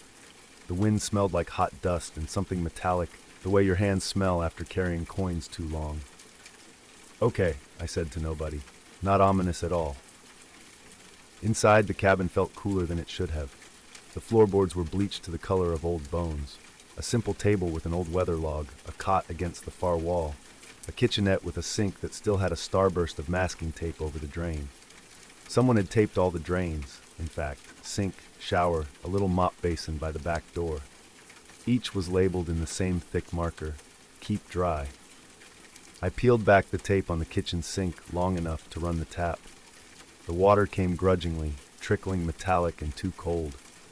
It felt wrong to rinse the coffee mug I found in the cupboard, like I was breaking a rule, but the coffee tasted better than the dust in my mouth. I retaped the sink afterward, smoothing the tape with the heel of my hand as if I were calming a nervous animal. The tower's door at the base led to a narrow stairwell that spiraled with no romance whatsoever to the instrument room, a white cube smelling of bleach and old paper. Glass cylinders for rain catchment, chart recorders with rolls of paper pinned down by brass arms, a computer older than my first apartment. The room hummed with a low, steady tone, like a singer holding a note under their breath. On the far wall, a line of high windows waited under hinged metal shutters that had been screwed shut from the inside. On each shutter, keep shut, do not open to sky. Got it, I said, you don't like the sky. The first night, after I logged the nothing that had fallen, the nothing that continued to fall, I microwaved a can of soup and ate it standing by the tiny window over the sink. When the wind gusted, the scrub rasped against the siding. The place made a lot of little noises, the house-settling kind but finer, like breath pulled through teeth. I told myself, old wood, cooling down. I told myself the hiss in the pipes is just air. I told myself those are moth shadows, not fingers, slipping across the square of the window. Sleep came and went like a reluctant guest. Every time the wind settled, I woke to the sense of something having paused just outside the room, as if whatever made the small noises had stopped to listen to whether I was listening. Once, I sat up in the dark and watched the far wall brighten and dim, as if a flashlight were being slowly palmed and revealed again. When I raised the blind, there was only the empty yard, the chain-link fence, the ridge line like a patient animal, and the dry, glittering stars. The weather log went back decades. Names in neat columns, precipitation measured to the hundredth. Someone named Malcolm had written in blocky, optimistic letters for 7 years straight. Then a gap. Then someone else, sharper-handed, their months punctuated with little errant dots of ink. In the spring 2 years ago, the handwriting staggered. Small side notes crept in. Keep gutter plugs in. Check the attic window. H says leave the ash buckets out. Then, 3 separate times in the span of a week, they die when it rains. It was nonsense, and it got under my skin the way a burr does. You can pretend you don't feel it, but every time you move it, whispers against you. By the second day, I had fallen into the work. At dawn, I checked the instruments, coaxed the printer, logged what they told me. Nothing. I walked the inside perimeter of the fence and rattled the padlocks on the gates, even though no one else was there to go through them. I ate standing up. I drank water in sips. The wind changed at noon and blew from the east, which carried a smell that felt like wet concrete even though there was no wet to be had. That afternoon, while I was sitting at the instrument table, something tapped twice under my left heel. I lifted my foot and felt the boards press up at me again, like someone tapping a finger under the floor. "You're imagining it," I said. I stood and the tap came again, an inch to the right, as if it were tracking me. I crouched and pressed my palm to the wood. Cool. No vibration. No second tap. When I stood, the masking tape over the mop basin had puckered in the center, a little dome like a bubble. As I watched, the bubble deflated, inhaled, and rose again. The wind pushed a low, slow breath against the cabin. The boards sighed. I took a step toward the basin and the tape bulged again like a stomach. "Air in the line," I said aloud, and my voice sounded impressed with itself. I backed away and went out to walk the fence. Down the hill, Hillstone lay in a shallow bowl. From here, the roofs looked like held breath. No blue plastic pools, no glinting bird baths. The gutters shone as if they were polished and then stopped up. The only bright was laundry, 100 white flags strung behind houses. Under a magnifying glare, children dragged offensive-looking toys along the hard ground. An old woman stood under a porch and watched the sky as if it might break and spill something precious. No one watered, no one washed a car. The town looked like it was practicing for the act of being a different kind of place altogether. That evening, I found the attic. A hatch above the cot, a ladder that complained with every rung. The air up there tasted fuller somehow, sweet and stale, like the top layer of a closed jar of jam. The attic's dark was busy. My eyes made too many things out of it. Lined along the rafters were burlap sacks with twine ties, salt from the crunch and the way the sacks slumped, a row of unused gutter plugs like little black mushrooms, a stack of signs that matched the ones downstairs: keep shut, do not open to sky. Behind an old metal fan, something had made a nest out of newspaper strips braided with hair, gray and brown, and the yellow that sun leaves in the head. The hair lay in a perfect spiral like a galaxy snapped off and stored here. The spiral's center was dark. I reached toward that darkness. I don't know why. The simplest gestures don't always come with reasons attached. But as my fingers approached, something in the dark moved, not away but toward my skin, with the fast, full-body urgency of a lizard. I yanked my hand back and smacked my fingers against the fan's grill. Blood beaded 3 perfect red coins on my index finger. I sucked them without thinking and tasted iron, dust, and something fine and bitter that made the back of my throat thrum. My tongue went numb at the tip for half a second.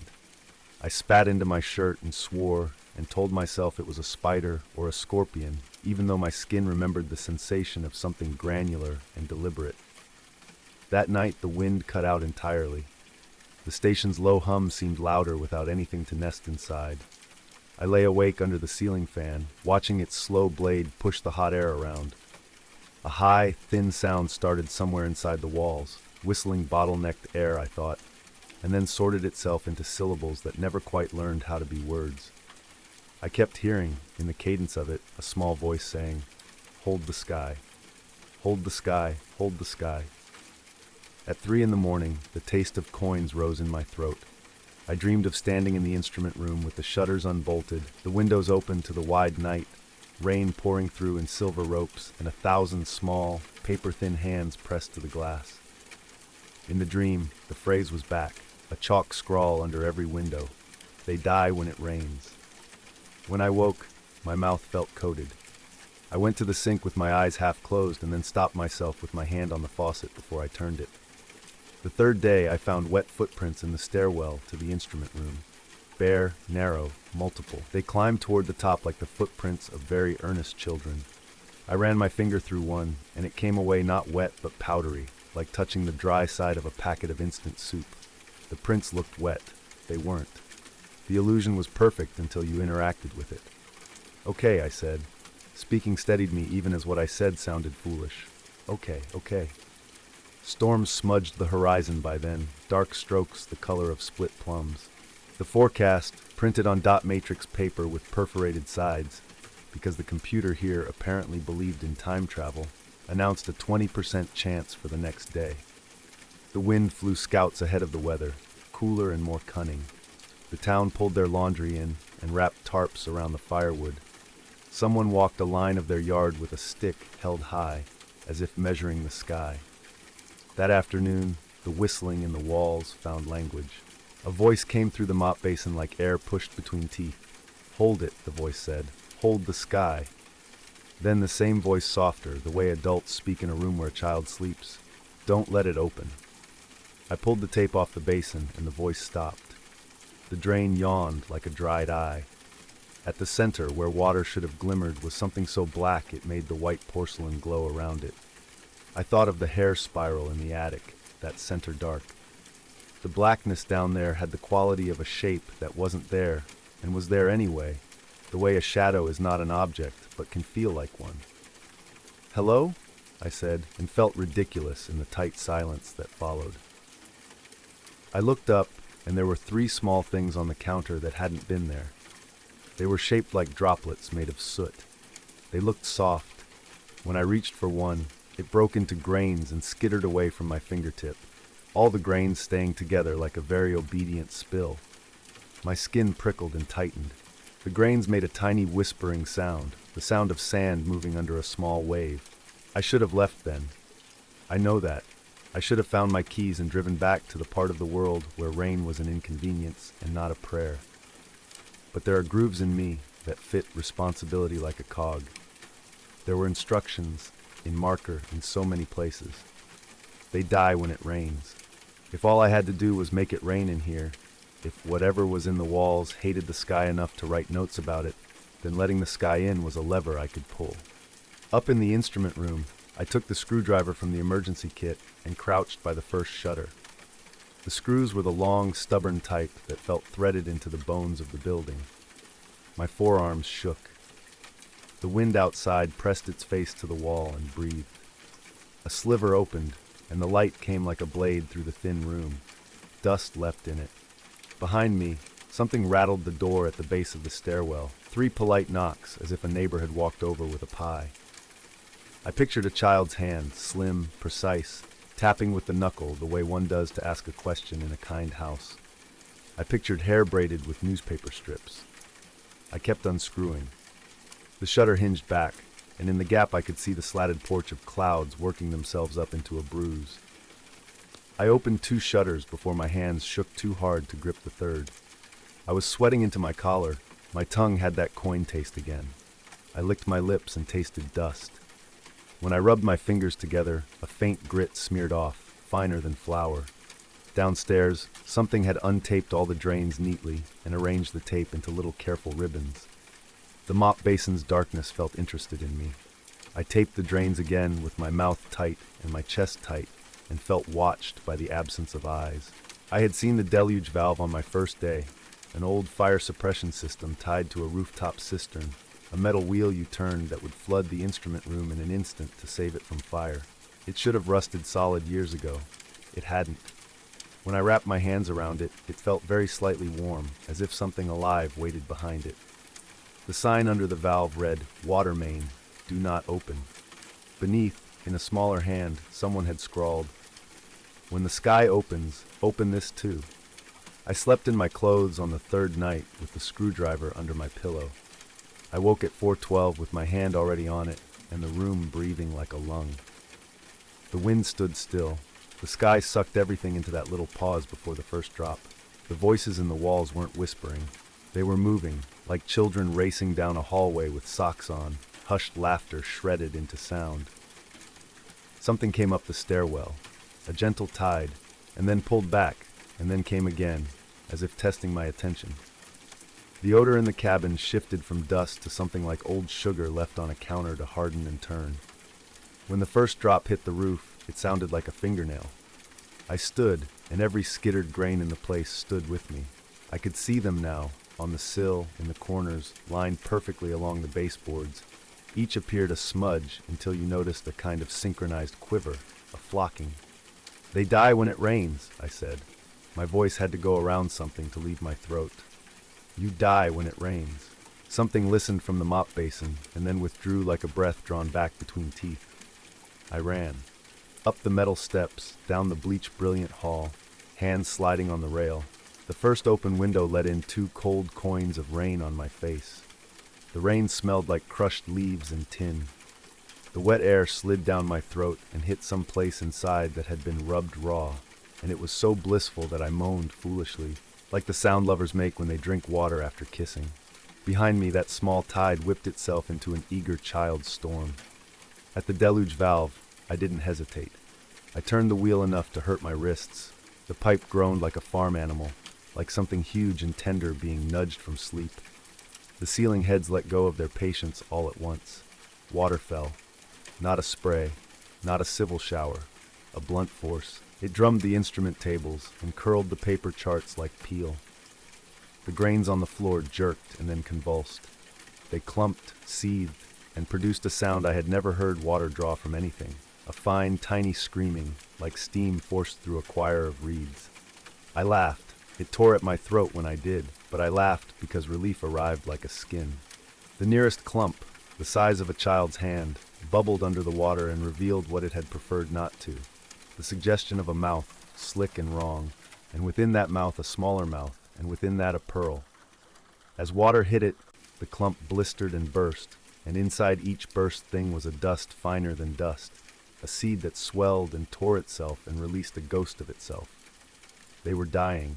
The screaming went thin, thinner, and then vanished like breath drawn too far. I breathed, and the breath caught. It caught the way a fish catches on a hook, an abrupt wrongness that has nothing to do with the mouth and everything to do with the heart.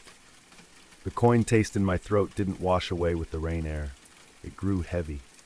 My tongue went numb exactly as it had in the attic, but deeper, as if the numbness were a shadow that had learned to be an organ. I coughed and brought up foam, not clean foam but gray. It spooled from me in delicate threads and broke against my wrist as if it were disgusted. Down in my lungs something swelled. I thought, rain kills them. I thought, they have been putting themselves in me since I got here. I thought, the note on the door wasn't a warning for me. It was a description of a truth I had volunteered to be part of. When I looked down at my forearm, the hair there had arranged itself into a spiral. At the center, the pores were black. The rain hit my skin and each black pore opened like a small mouth that had been waiting. Something tried to leave and tried to stay at the same time. The feeling of it, both directions at once, was a forked pain, an impossible demand. The instrument room blurred. The paper curls looked like children's drawing of waves. Rain pleated my shirt flat to my ribs. I grabbed the edge of the table, and the table felt as if it had never wanted me, not once. A man, Malcolm, the one with the blocky letters, had written in the logbook in pencil beneath a spring's worth of careful zeros. "We are fields, rain plants us." The writing had been erased, every letter a faint grave rubbing beneath the official record. Over it, in jagged marker, someone else had written, "They die when it rains." The water on the floor gathered, running toward the drain in the corner, the drain that had been taped. The tape floated off in strips and swallowed itself. A shape made of hair and paper clung to the far wall, unraveling and clumping in despair as the deluge punished it. It had the outline of a person who had been very small to begin with, and then had been made smaller by fear. The outline looked at me without eyes and seemed to understand something complicated about me very quickly. "Hold the sky," it said, not with a mouth but with the sound of the words. The way the rain makes sounds in your head, and you can name them if you try. "Hold it. Let us wait. Let us dry." "I can't," I said. My chest tried to split itself into two answering halves. One half wanted to step under the window and feel what clean water does to a scalped field. The other half wanted to crawl into the mop basin and sleep in the dark until the season changed. I can't. The spiral in my forearm tightened. A careful knot pulled snug. I watched the smallest of the black pores emit a single perfect bead of something like mercury, and then reel it back in, undecided. The same thing was happening where I couldn't see. Lungs, belly, the place where breath touches blood and asks it to carry a story. Every place that should have exhaled was splitting itself, thinking, choosing. My knees emptied. I fell forward, and the table met me with a noise like an old animal making up its mind to lie down and not get back up. Rain shouted itself against the windows. The shutters I had opened banged approval. I dragged myself the length of an arm and reached for the logbook. I don't know why. Maybe I wanted to pin the words "made of water" to the paper made of trees. Maybe I wanted to leave something to read to the next field that walked up the single-lane road. When my finger touched the paper, it left a wet print like the ones in the stairwell, except mine were wet. Proper wet. I took the pencil and wrote with a small hand that was suddenly very difficult to know as mine. "They die when it rains." Then smaller, "and we do too once we're theirs." The rain made a soft machine noise all around me. The shape of hair and paper collapsed and skittered toward the drain, strands strangling themselves lovingly. The grains tried to separate and failed, and made a paste that looked, heartbreakingly, like dough ready for the oven. I rolled to my back and let my mouth open to the water. It slid in, and the part of me that had always believed the way a dog believes, that rain is the good idea the world has about itself, sighed. The other part of me seized in panic, a bag of beasts spooked by a torch. When the sky breaks after a drought, it is not gentle. It is relieved. Relief hurts. I thought of the town with its polished gutters and its tarp-wrapped wood. I thought of the children dragging weapons over dry ground. I thought of the old woman watching the sky with the intensity of someone keeping a door shut with her shoulder. I understood the practice. To become a place where rain cannot touch you is also to become a place where everything pretends it doesn't miss the touch. With the last piece of me that belonged completely to me, I reached up and grabbed the dangling chain of the final shutter and wrenched it open. The rain hit me like a hand on the forehead in benediction. The spiral in my arm loosened, unthreaded, became 100 black commas that wrote themselves out and then erased themselves in the flood. Something inside me gave up trying to be two kinds of thing and chose. It didn't choose me. The ceiling head stuttered. The water that came next had a different smell. Not tin, not crushed leaves, but lake. Algae rubbed between finger and finger. The cistern was emptying. The last thing I saw was the logbook soaking to a gray rectangle. My words blurred and then ran off the page entirely, slipped onto the floor, and went looking for a place to belong. They die when it rains, I thought. I closed my eyes and waited to see which they I had become. I arrived on day 23. No one called it by calendar dates anymore.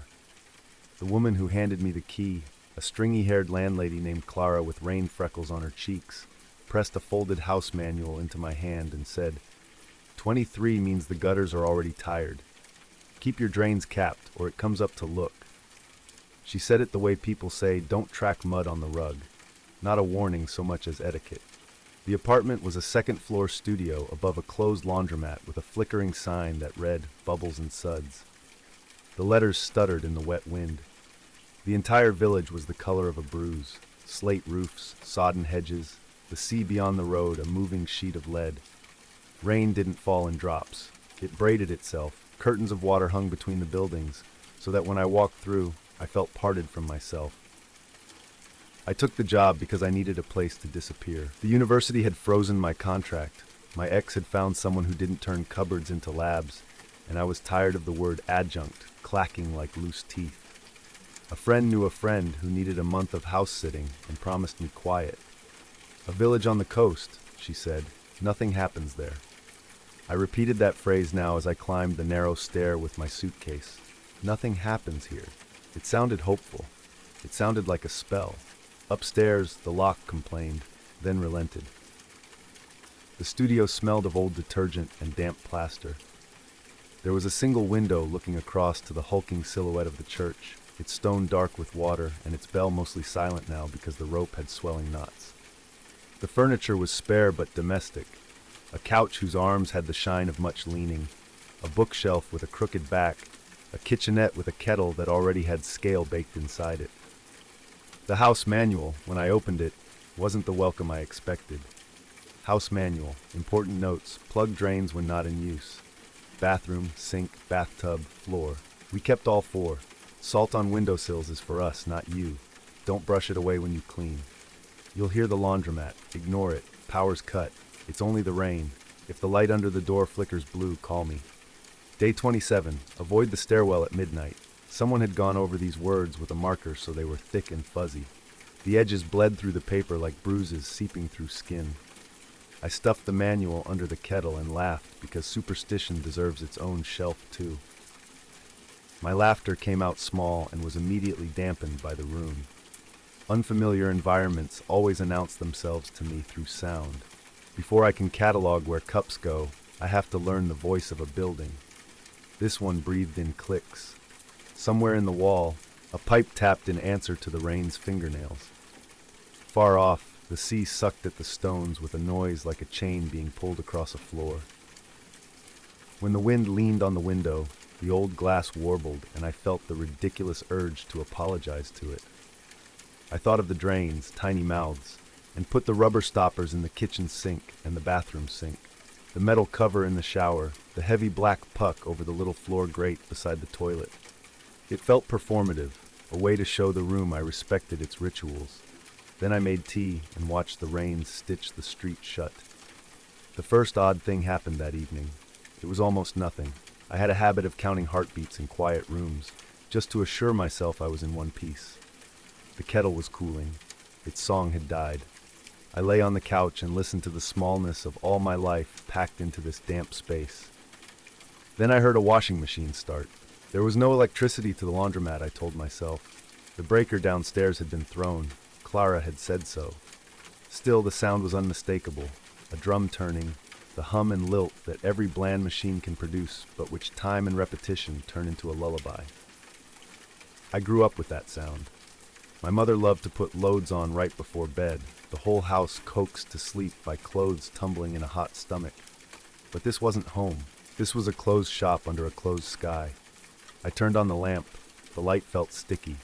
I sat, waiting for the explanation. The washing machine stops, I thought, and then you'll hear the real thing. A truck idling, distant machinery, the sea groaning. Instead, the machine below me slipped into a cycle I knew by heart. Wash, spin, rinse, spin. It was soothing in a way that annoyed me. It was so easy to feel soothed. I imagined Clara lying in her house with drains stopped, counting the cycles like sheep. When I finally fell asleep, it was day 24 with no fanfare. Morning was the color of spooned-out ash. I made coffee and found a newspaper tucked into the bookshelf, last year's date, August. But the headline was useful. Rain month marks floodline. There was a photograph of the sea swaddling the base of the church steps. The piece mentioned the year the water came and refused to leave, the way tides and storms had always been part of the village rhythm, but now the rhythm had changed. 31 days, the article said. Some say it's not weather, it's looking for something it lost. Later, I met a man smoking beneath a bus shelter even though no buses came. He wore a dark cap and held his cigarette at an angle that kept the ash dry. He squinted at me and said, "You're the one above Suds?" "I am." "Don't flush too often," I laughed, trying to make the joke with him. He didn't laugh. He tapped his temple, meaning, not a joke. I went back to the studio and told myself the village had earned the right to make rules that made sense only here. I salted the windowsills with the little bowls provided, careful not to spill, and I followed the manual. It felt like a game. It felt like I was getting to know a language that had very few verbs and a lot of conditionals. That night, the sound of the machine came again, and it was joined by another. Two drums rotating in polite agreement, one a half beat behind the other. When my kettle clicked from heat to hush, a third joined in. A small orchestra of domestic hum, their metal palms rubbing. It was a comfort until it wasn't, until I realized the rhythm had shifted from random to intentional. I listened hard and my scalp tightened. Wash, wash, wash. Pause. Wash, wash. Pause. Something like knock, knock. Pause. Knock. A pattern that moved closer to meaning with each cycle. I told myself it was Morse code, and then told myself not to be ridiculous. The rain patted the window as if approving of this between part of me that wanted to map the knocks and the part that wanted to hide under a blanket and wait for daylight. At midnight, the light under my door flickered blue. It was the kind of blue that belongs to screens and false skies, a pulse that made the brass of the lock look cold. I had never been a person frightened by light until that moment, but there was something obscene about seeing it crawl in around the edges. It felt like a whisper pressed between teeth. I grabbed the house manual before I registered what I was doing. Rule 4. Call me. I dialed, expecting no answer, because the village seemed like the kind of place where phones ring into jars. Clara answered on the second ring, her voice slippery with sleep. When I told her about the blue light and the machines and the pattern, she said, "Do not open the door. Put your feet up on the bed. Salt the threshold if it will make you feel better." Day 24 is busy. "What is it?" I asked absurdly, like I was asking about a festival. "It looks for warmth," she said simply. "It remembers that in our kind of rooms, warmth and water run together. It doesn't know what days are, but it knows how long thirsty feels. Put your drains in." I did. "Good," she said. "Then it will knock and go to the next house. It's like a man who tries all the handles when he's lost." I wanted to ask 1,000 questions, but the thought of keeping her on the line felt dangerous, as if the length of our thread would tangle the thing in the hall. I said goodnight and sat with my back against the bed, heels on the mattress, and listened to the machines below articulate sentences I refused to decipher. On day 25, the drains began to talk. The kitchen sink was the bold one. I was washing a mug with the stopper in, water pooling around my wrists in pleasantly hot rings of soap, when a bubble rose beneath the surface and burst in a laugh. I froze. Laughter is a human geometry. Your body knows the exact shape of it in space, and this came from too far below to be right. It wasn't a copy of my laugh or anyone I knew, just the skeleton of merriment, clothed in water. I turned off the tap and waited. The water stilled and then puckered in a perfect ring around the drain. Something pressed up from under the metal, testing. The rubber stopper bulged slightly, like a slow breath under a blanket, and then a voice, muffled, not by the stopper but by something older. You left. I did what the manual suggested. I ignored the laundromat, and now I ignored the sink. I salted the threshold. I took a book into bed and read a paragraph 7 times while the voice in the metal throat tried different words like keys. You left. You left. You left. I had left. I had left jobs, relationships, leases. Maybe it was learning me. Maybe it just started with the simplest hurt and went from there. By morning, I had convinced myself that exhaustion was a costume you could take off. I walked to the sea and watched it doing its one trick, endless and stupid, and for a moment I felt calm, as if all my senses had been set out on a windowsill to dry. The village dog, a fat creature too old to bark, followed me, keeping just enough distance that I felt flattered by his discretion. When I returned to the studio, the bowls of salt had dissolved into a glaze that reminded me of the inside of shells. I napped. I dreamed I was a plug in a sink that wouldn't hold, that the water slithered around me with affectionate impatience. When I woke, the floor was damp beneath my feet. At first I thought I had tracked in rain. Then I noticed the drops arranged along my floorboards were not random. They were footprints without the foot, little commas marching from the bathroom toward the door. When I touched one, it was not cold like rain. It was warm, as if someone had just pulled their hands from wash water and pressed them there. Rule 3 said, "You'll hear the laundromat. Ignore it." I had ignored it. I had done the things the village asked of me, but it had noticed me anyway, and I felt a resentment so sharp it tasted like metal. I wanted to go downstairs and kick the machines until their drums buckled. I wanted to blow the breaker panel with a hairdryer and watch the town go dark. Petty wishes, brittle as matchsticks. The blue light returned that night, not a pulse this time, but a steady glacial glow that painted the baseboards. I lay with my heels on the bed and the manual on my chest, counting the hums. Wash, wash, spin, spin. The cadence soothed me again despite my anger, and I hated myself for that. I thought of my mother, of the late-night laundry she used to do when she couldn't sleep, the way she would anchor herself to mundane cycles to keep thoughts from climbing the stairs. I had always meant to ask her if that worked, but time and then pride and then death get in the way of questions, and you wake one night in a strange town arguing with your sink. You left, the drain breathed, as if teaching a child their first word. Who did I leave? I asked aloud, because I was tired of being the only one obeying the rules. A pause. Then, me. Day 26 arrived like a miscount. I must have slept but couldn't find the seam in memory where waking started. The studio smelled like wet pennies. The laundromat hummed low and persistent, as if the machines were waiting for the next act. Outside, the rain softened for an hour, revealing edges I'd forgotten, chimneys, goalposts, the swing of a gate that had been moving all along. In that gentler hour, I made a mistake. I took a shower. It was not a mistake because I removed the drain cover. I left it on dutifully, the rubber puck with its lip to keep it from sliding. It was a mistake because I stayed too long under the hot water in a town that had asked to keep warmth and water apart. Steam stitched the room. With the mirror blind, the shower curtain lifted a little, first from the draft and then from something less honest. I told myself drafts are allowed to behave like living things. I shampooed my hair. I closed my eyes to rinse. In that brief eclipse, a sound pressed close to my ear, a voice not through the drain but through the tiny holes in the shower head itself, the way a secret can travel through metal. "It's not the rain," it said conversationally. "The rain just carries us."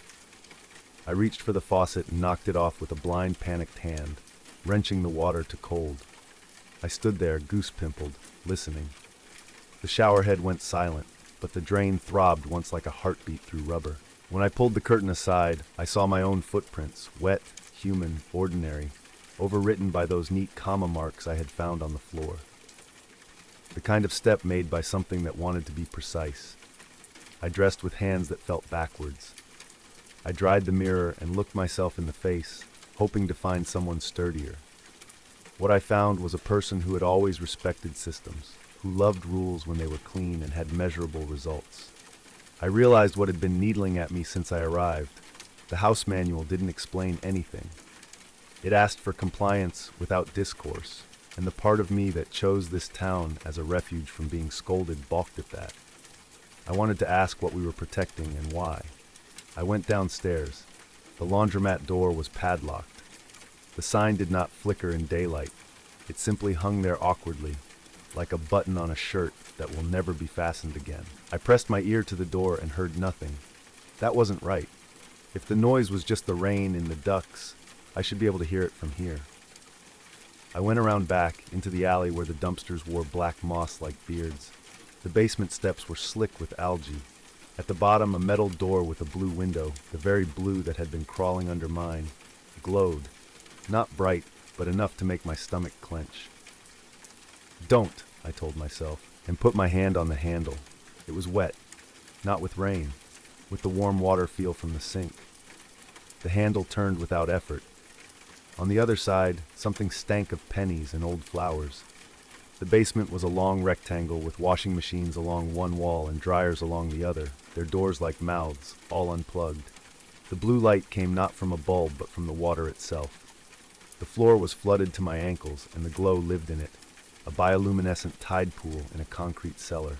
At the far end of the room, the floor drain gaped, a hole ringed with bolts and a heavy metal grate, like the neck of something once tied down. The grate had been lifted and lay half off like a carelessly removed lid. The water around it quivered as something breathed. I had the irrational thought that if I replaced the grate, the whole thing would be over, as if the problem was one of housekeeping. I stepped forward and the machines rustled, their drums shifting as if something inside them turned over in sleep. You left, the room said, not from one place but from all its metal throats. But we found the handle. I could have backed out then. I could have closed the door and called Clara. I could have followed the manual like a good guest. Instead, I moved to the grate and tried to drag it back over the hole. It was heavy and slick, and my fingers slipped. Water hummed against my shins, curious, friendly. The glow pulsed, and in it I saw the shape of a face. Not my mother's, though my heart wished for it. Not anyone I knew. A woman's face in the blue, hair floating around her like seagrass. Her eyes were open and her mouth shaped O, but the sound came from everywhere else. We came up. We learned to knock. We learned the words that fit under doors. "What are you?" I asked, because I am built to ask, even when it damns me. "We are the part rain forgets to leave behind," the laundry whispered. "We are the memory of water and metal. We are warmth seeking warmth. You left us in your machines and your pipes and your mouths when you go to work and to sleep. We are the residue of together." It was so stupid, I nearly laughed. It was so true, I nearly wept. I thought of all the ways water touches a life and runs away. I thought of the sweat of long nights and the uncounted showers and the way rain looks through windows at people arranging their cups. I thought of the beat of the machines like hearts that never belonged to us. Behind me something clicked, the basement door. I turned and saw Clara standing there with a bucket of rock salt, her face slick with blue. She looked tired, as if she hadn't slept since the first flood in the newspaper photo. She hefted the bucket and said, conversationally as a weather report, "You weren't meant to come down." "I know," I said. "I don't know why I came." She stepped into the water, and the glow rose around her shins. Curiosity is the only thing that survives bad years. Her gaze flicked to the open grate, and something like disappointment passed over her features. We keep it covered when it rains. We respect it, and it goes on respecting us. It learned to ask, and we learned to say no. "It talks to the drains," I said stupidly. "It talks to whatever remembers you," she said. She gestured at the bucket. "We make the air rude with salt. We keep the warm away from the wet as best we can. We wait for weather to be weather again." I took a shower, I confessed, like a child admitting to stealing coins. "I know," she said, and I didn't want to know how. Then the water surged, not up, not down, toward us. The machines rocked as if a train was passing overhead. The face in the glow opened its mouth wider in surprise or hunger. The washers' doors flew open and their drums rolled forward as if they had grown legs. The water spoke once, unashamed. Stay. The bucket of salt tilted. Clara threw a glittering arc toward the hole. Where the crystals hit, the blue stuttered, dimmed, recovered. "Help me," she said, and for once I followed an instruction without commentary. I snatched the second bucket by the door and we salted the water like disapproving gods, and the glow receded, sulking.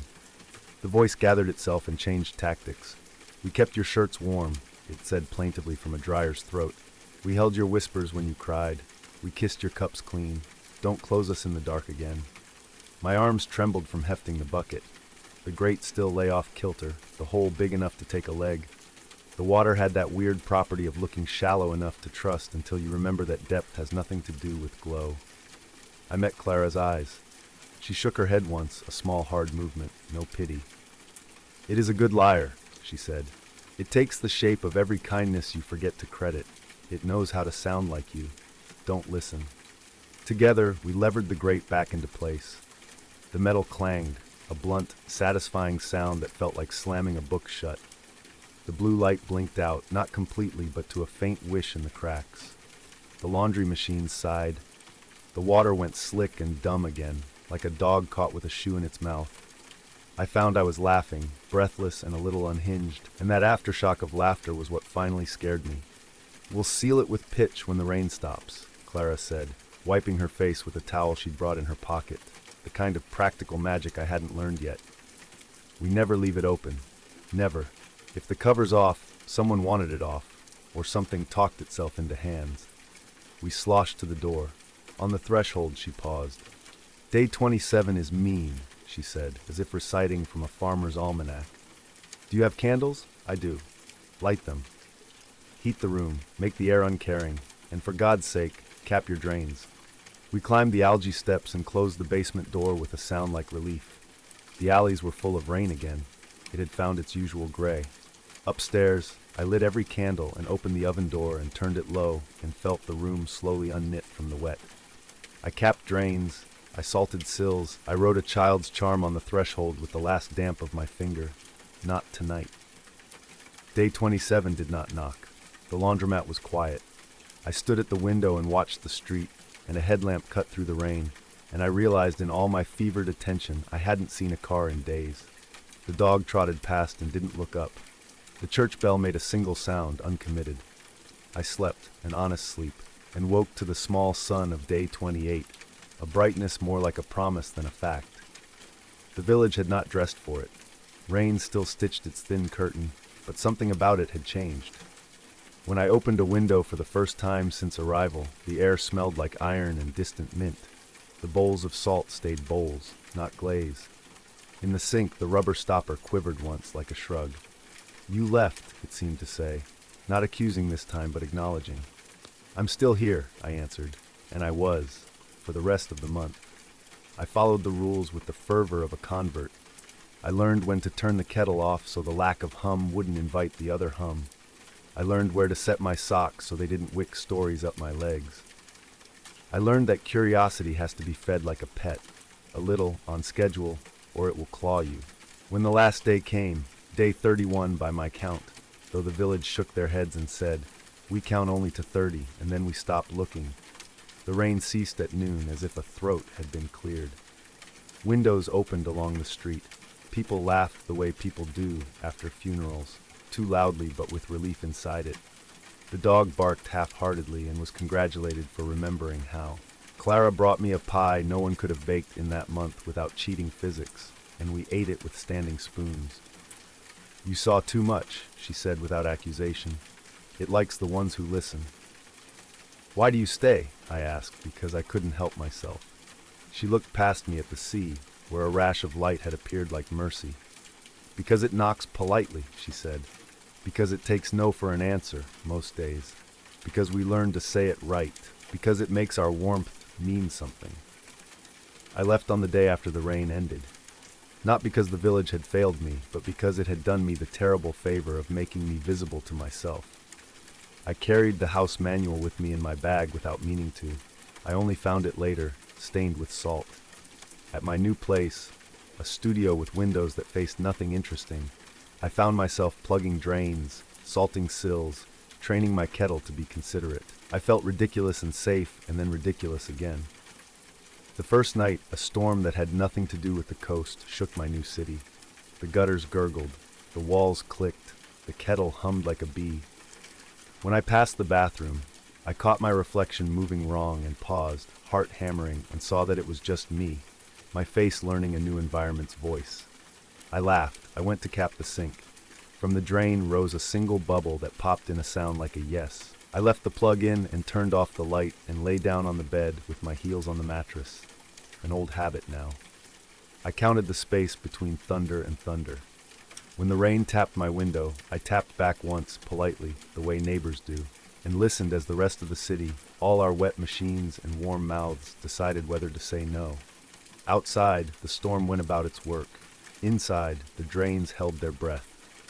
And in that suspended pause between cycles, between weather and whatever lives in it, I understood the truth I had refused to name. It isn't the rain that wants in. It's everything you poured into it.